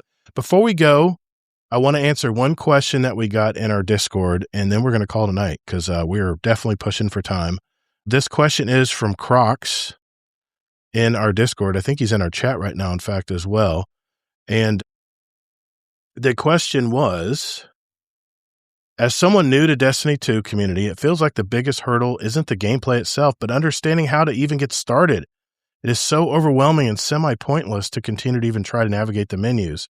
This seems like something that could be massively simplified. At what point has Bungie taken accountability and acknowledged it as a long-standing onboarding and retention issue? Do you think Sony is willing to continue investing into the game due to the success of Marathon if player trust and accessibility continue to be a barrier for the growth of Destiny 2? Who wants to answer that first? I know Kingsley has an answer, but I feel like we already answered it. Yeah, we kind of did. We kind of did. Yeah, you're right. He was in the chat tonight. I want to make sure he just put the question in. I think. Oh, gotcha. Yeah. I think it's important, as I mentioned in my topic, that Bungie has a good onboarding system, because I think the portal system did nothing but shrink the game down into one page, and it's unfortunate. But just know that there's other places other than the portal system to rank up, not to rank up. Unfortunately, you got to use the portal system to rank up your number go big, number go up. But if there's so much content as far as all of the past campaigns, I would definitely play the Final Shape campaign. That's where I would probably start and just go from there. Just go from one campaign to the next, and you'll have hundreds, 30, 40, 50 hours of gameplay right there, Croc. So, and ultimately it doesn't matter. Like Destiny 1, I feel like personally was even more confusing And when I jumped in, there's a million things lit up on the map, not any order telling you what to do, which visually was more confusing than at least going through menus. Yeah. But I just started doing things and I had a lot of fun and I didn't worry about really what I was doing and got it done. It's an encyclopedia of a game. So there's a lot to know about everything from build crafting to playing Crucible without getting your butt kicked to knowing the encounters and the raids. What's that? Here's another thing. This isn't the reason why I want a Destiny 3, but this is how you actually get more new players, is making a Destiny 3. There's no way we can simplify Destiny 2 that much. There's just so much in the game. Not saying you shouldn't try, but you need a new game if you really want to bring a bunch of people into it. Yeah. See, even Bell in the chat says, and he doesn't play Destiny right now. So I guarantee with everything in my life, it would be way better if they make a Destiny 3 versus putting more development into this. What we need in Destiny is a fresh jumping off point. We need a place where everyone can come together and play and start again like we did in Destiny 1 back in 2014. That's what we really need. We just need a do-over. We need to start over. And of course, it goes without saying, all of the quality of improvement, the quality of life things they've implemented in the game and more and better quality of life stuff has to be brought forward into the new game to make it even easier.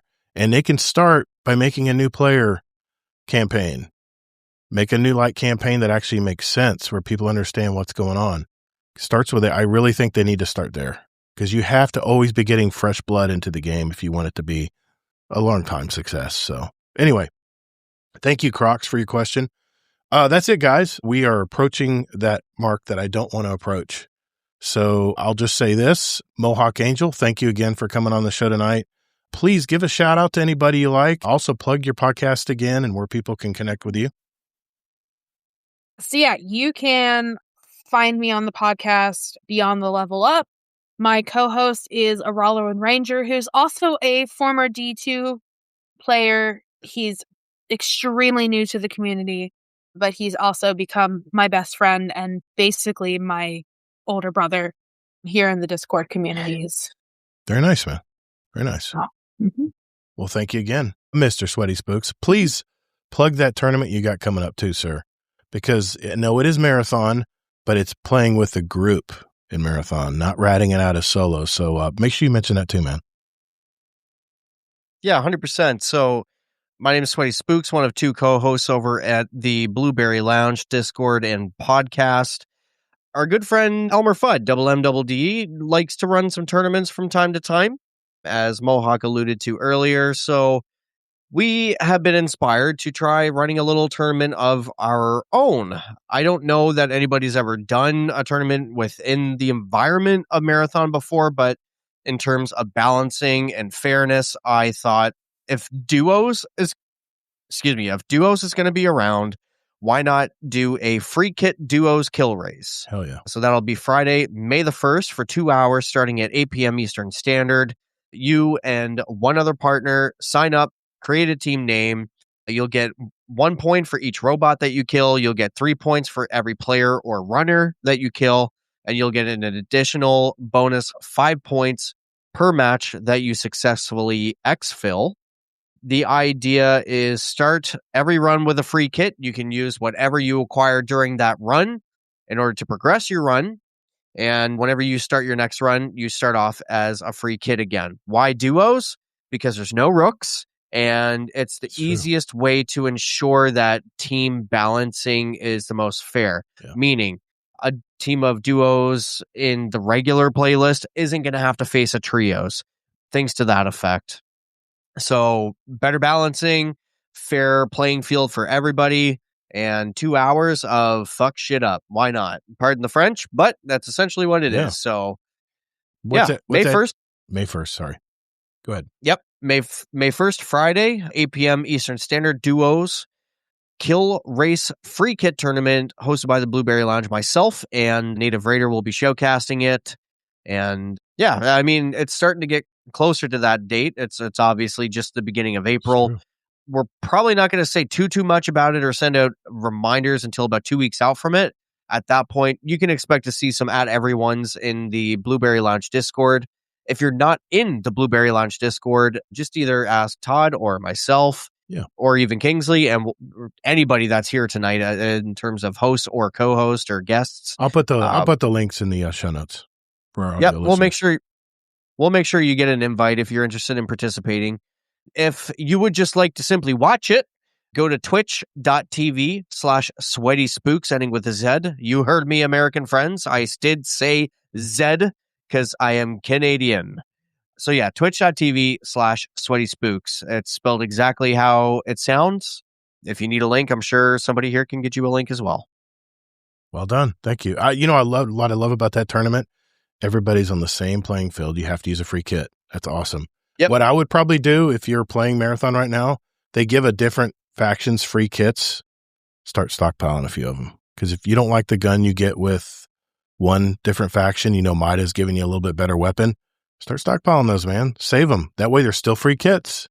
And then you can use more of a weapon that you like to use. So thank you, sir. That's going to be fun. I'm probably going to jump in and do that because it's so even. It's on an even playing field. So, and like you said, with duos, there's no rooks to come and take your stuff. So nice. So hello, audio listeners. It's me, Future Gator. Hey, I just wanted to thank you for listening to our show tonight. What do you guys think about our topics this week?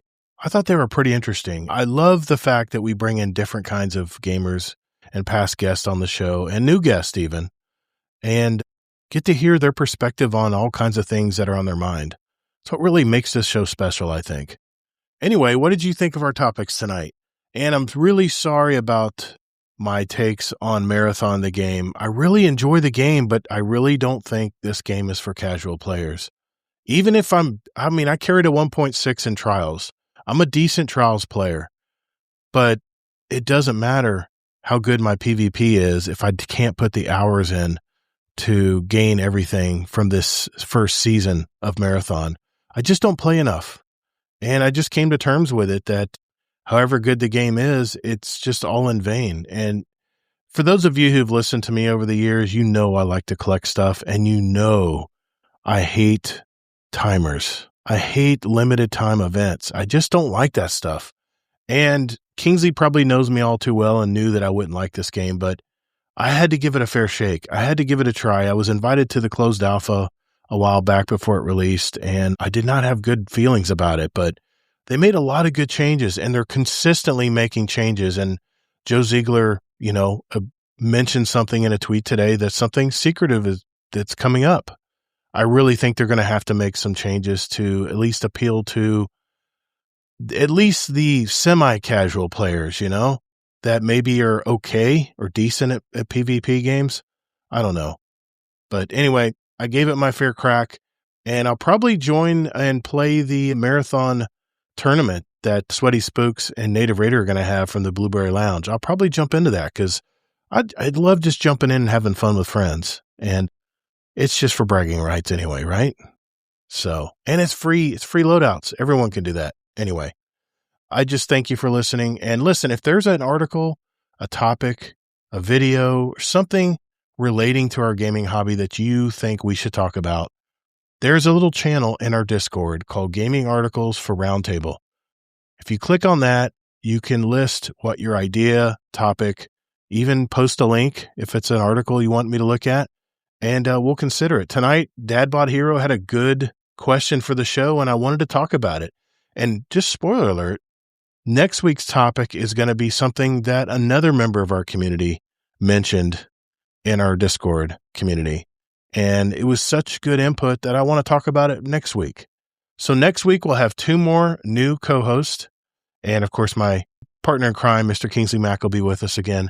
And we'll have more topics to talk about. So thank you again. And I did want to give a shout out to our Patreon community. I think we have 85 members now. We have a lot of bonus content, special roles in our Discord, even private channels where you can talk amongst yourselves. And if you're curious on what's involved in this, hey, you can even join free just to see how much content we have in there. I've released several new videos just, I think, last month. And it comes sporadically, but when I do put stuff out, I think it's pretty entertaining stuff. It's either behind the scenes or some special unreleased videos, unreleased articles, or unreleased shows that you don't hear on the public feeds, stuff like that. So a shout out to our largest Patreon supporters like Dungeon Champion Patron Deadpool 1 Merc. And yes, he is all by himself. You're more than happy to join him if you like. And our Raid Boss patrons, that's Amazing Taco King, Frostbite, and Jealous Gaming. If you enjoyed today's episode, were entertained, if I made you groan or cry or shake your head, be sure to hit the share button. Let someone know about our little community. While you're at it, give us a review on Spotify or Apple Podcasts. We might even mention it on the show. And if you have some gaming friends you think might enjoy what topics we talk about on our show, send them to guardiandowncast.com to learn more about it. So whatever game you're into these days, be sure to take breaks, hydrate, and touch grass. Runnin' Red Lion, 5 years, a member of our community. Thank you, sir. We appreciate you, brother. The path to victory is long, but there's always hope. Fight! Thank you all so much for listening, and whether in life or in your game, get your reps in. And later, Guardian.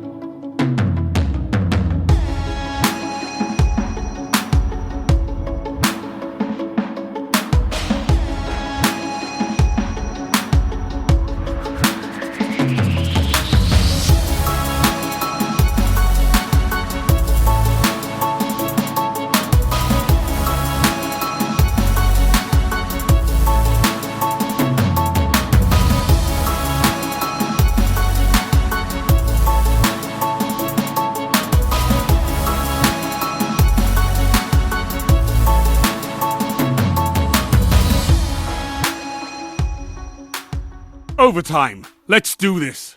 Thank you, sir. Thank you, man. Thank you for coming on tonight. That is it, guys. We appreciate everyone who hung out in our Discord live stage, who hung out in our Twitch channel and in our YouTube channel tonight. Thank you for your input in the comment section as well.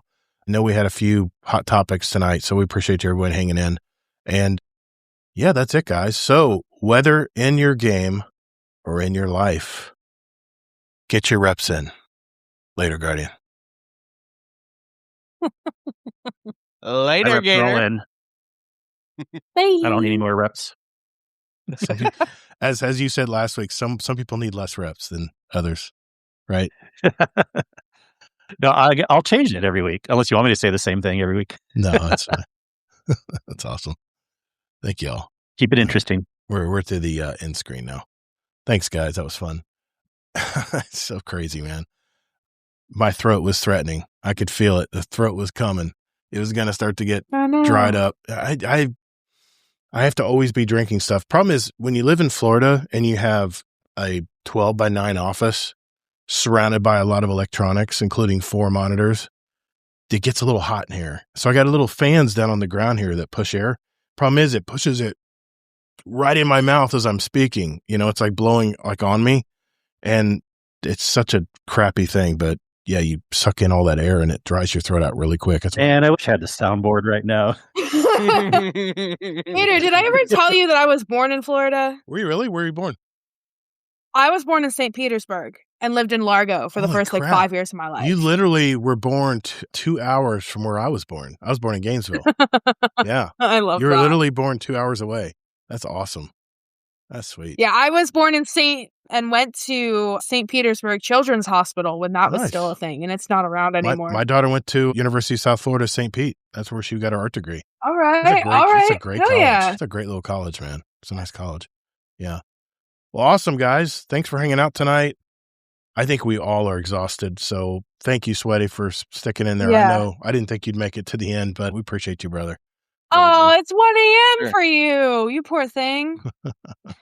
I made it. Yeah, it worked out really nice. So I had one thing I wanted to talk about tonight, but I think I'm going The bottle's empty. to pocket that topic that I was going to mention and put it in next week's show as my topic. I think I'm going to take another topic from our community next week because it's a really good topic and I want to talk about it. So next week we will have 2 more guest co-hosts on, guys, and you'll just have to find out when I announce it in the Discord who it's going to be. And like I said, we'll have 4 new topics next week. So thanks for hanging out with us. And I'm going to get everybody off the hook here where they can rest up and repair up and take care. So I'm going to go ahead and close the live stage now. So thanks, everybody. Thanks for hanging out. Appreciate it. Bye. Bye, Bye, guys. Belle. Bye, Kato. Bye, Scarlett. Bye, Crocs. Bye, guys. Bye.